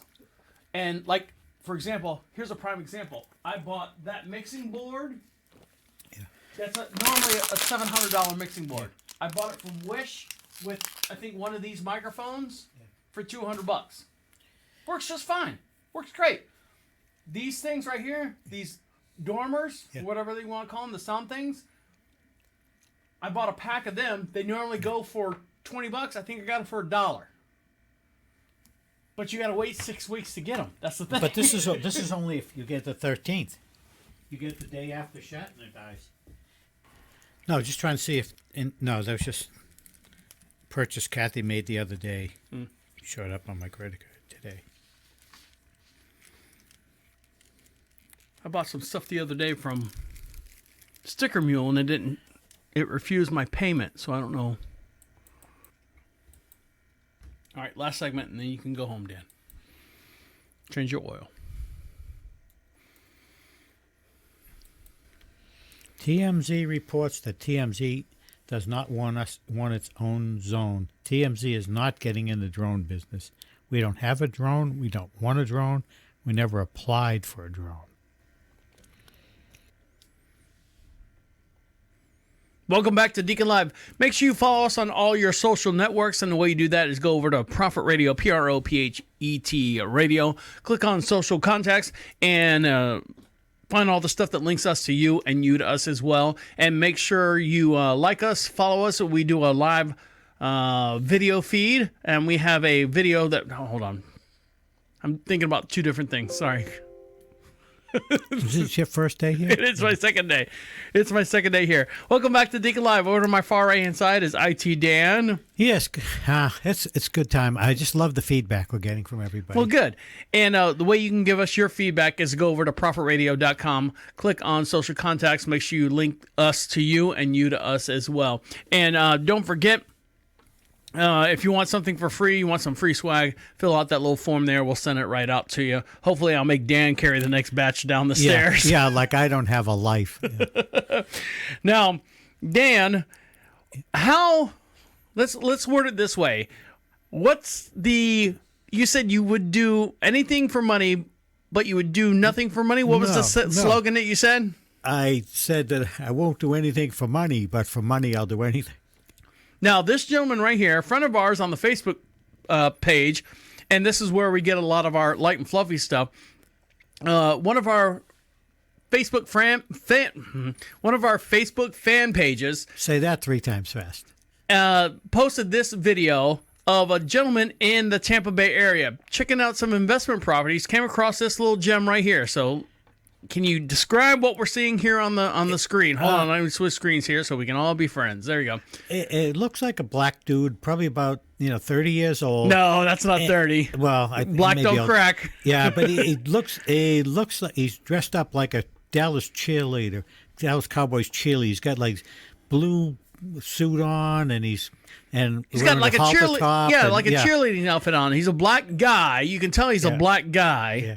And then here's another one, and he's got dollar bills stuck on his thing, and he's standing in the median around the little pole there, and he's got a big cross there. I guess he's religious for some reason. Looks like he eats well.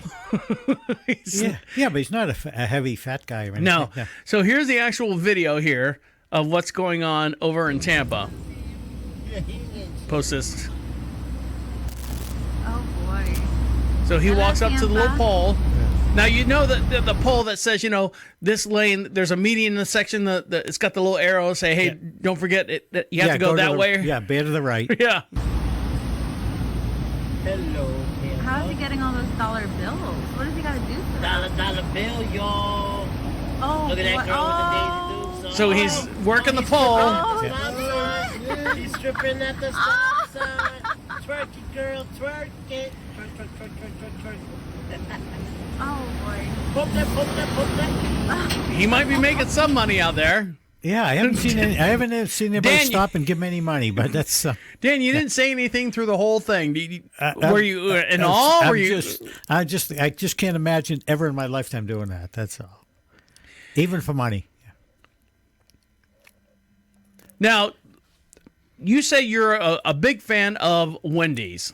Well, no, I go and get their Frosty. That's the only thing I get. I don't eat their burgers. So, Yeah. so I've transitioned you from calling a smoothie to a Frosty, right? Yeah, just brain cramp. And then That's it. last week we talked about Wendy's is actually pumping out a Frosty flavored coffee. Yeah, the coffee. I haven't tried one You haven't yet. tried it yet? No, don't forget, make sure you get your senior discount on it. So Wendy's is taking it one step further. I don't know if they've teamed up with Nabisco. Hopefully they have not teamed up with Nabisco with all the trials and tribulations going on over there. But Frosty right now is turning their Frosty into a cereal. Now, my favorite cereal is peanut butter Captain Crunch and also Fruity Pebbles. What's your favorite cereal, Dan? Yeah, Crispy Oats I get, which is pretty much Cheerios. No, I'm sorry. Dan, at 16 years old, what was your favorite cereal? Oh, Captain Crunch. All right, there you go.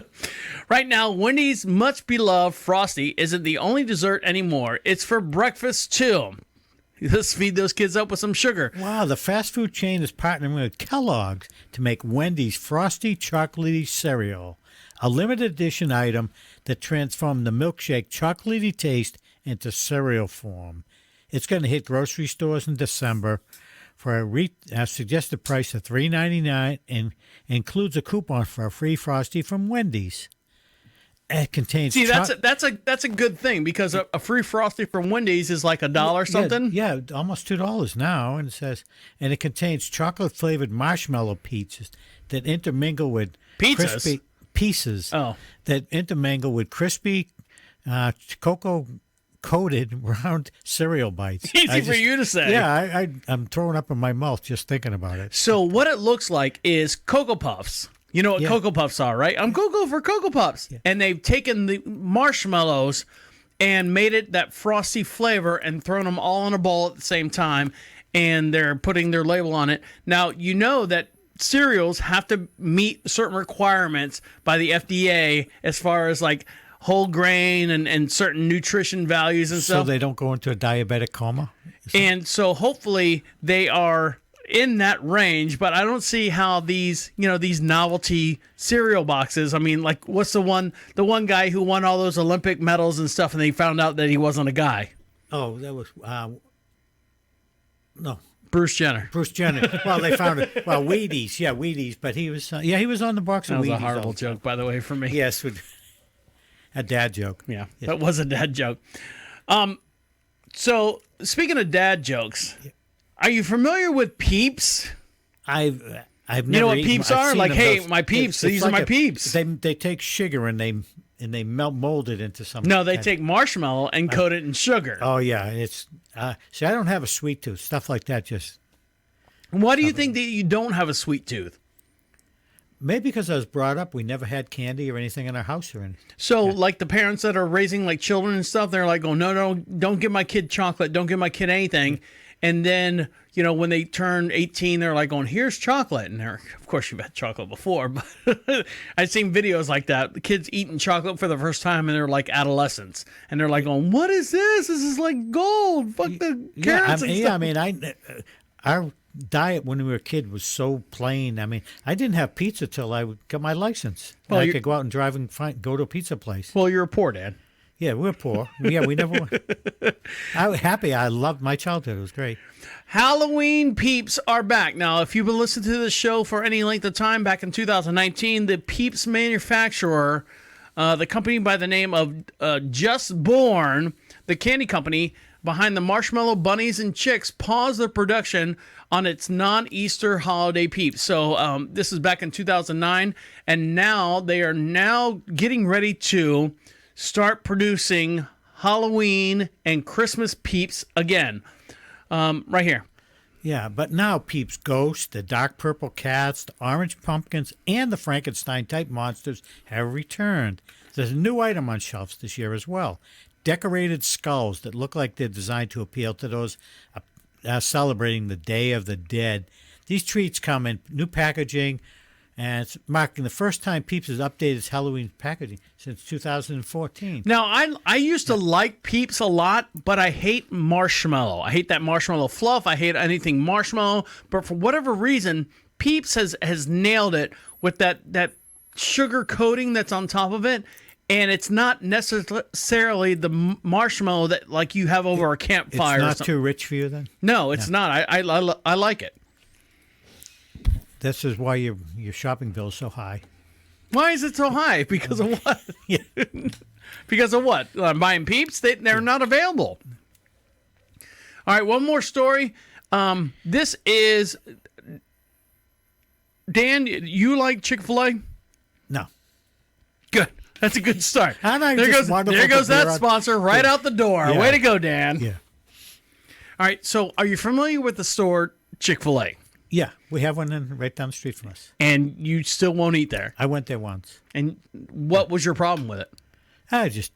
When a restaurant to me has You know to what it cook, is? They have to cook something better for me than I can make at home. That's the problem. So it's the Jesus aspect, isn't it, that scares you away from Chick-fil-A? No. As far as you know. Yeah. Well, the one thing not scaring this guy away, this is Reggie, and a good friend of ours on the Facebook page sent us this video. His name is Reggie, given by the employees of a Chick-fil-A in Orlando Avenue on Fairbanks. He landed on my car and explained that he does this all the time. So what he does, this is Reggie, this is a little white crane that's all over Florida and stuff. And what he does at this location on Fairbanks in Orlando, he rides on the car all the way through. Let me blow this up so everyone can see it and we can all be friends. Hold on. The Chick-fil-A's resident drive-thru. So it just happens to land on, like she's been chosen. It looks like a 16-inch hood ornament. It is. So here he is. So apparently this is Reggie. He is the Chick-fil-A's resident drive-thru bird that apparently rides on people's cars until he just decides to fly off. So I'm riding slowly around the parking lot. He's just hanging out. hoping he will jump off Right on the into hood. somebody else's car. Look, I think he's thinking about it. Yep. Reggie, oh, there he goes. And he gets on somebody else's car. See, I cannot believe this bird. And the person that's already at the drive-thru, Reggie's like, screw you. You're not getting anything. These people are already sitting in the line at the drive-thru, and Reggie's going to sit on there because you know what happens. He's probably trained them to drop a French fry or two on the floor for Reggie to give him some food. He's cheated the system. Well, it's just good survival skills. Yeah, is that what it is, Dan? Yeah, I mean it's a lot smarter for him than going to the dumpster and stuff. Get fresh food. It's always nice and warm. Uh-huh. What else? Yeah, I don't know. No, but I think that's a pretty cool way of him, just getting in line, and he's going to get they're going to give him fresh, hot food. Fresh what food? Hot food. Oh. Fresh, hot I food. thought you said fresh fuck food. No. That's a different restaurant. No. All right, on that note, I'm going to let you guys get back to what you got to do. On behalf of IT Dan, they can't hear a wave, Dan. Okay, well, I was looking on the screen. I've just hold on. Dan gets all excited because he can't see himself. It's some kind of neural disorder that he has. It's been a great afternoon. All right, good? Yep. You good? I'm good. I'm great. My name is the Deacon saying goodnight, and goodnight. The end. The absolute end. Écoute-moi. I don't know what else you were expecting me to say about it. I don't know, missing Dan. something. I thought it was like, and what am I missing here? That I said, what? Well, you were like going, yeah, that sounds great. And I'm like, is that it? Is that all you want to Yeah, that's great. Yeah. Oh, you know what? I can get a recording of something over there saying, oh, that sounds great all the time. No, I was talking about what the bird was doing, and he's flying around. Mm-hmm. I said, that's smart. He's going to get nice, warm food and stuff rather than going to the dumpster. And you wait, well, is that all? You said he was getting hot fucked food. I think you said hot fucked food. I said fresh hot food. Oh, fresh fuck food. I think you said. All right, guys. Thanks. Take care. Good night.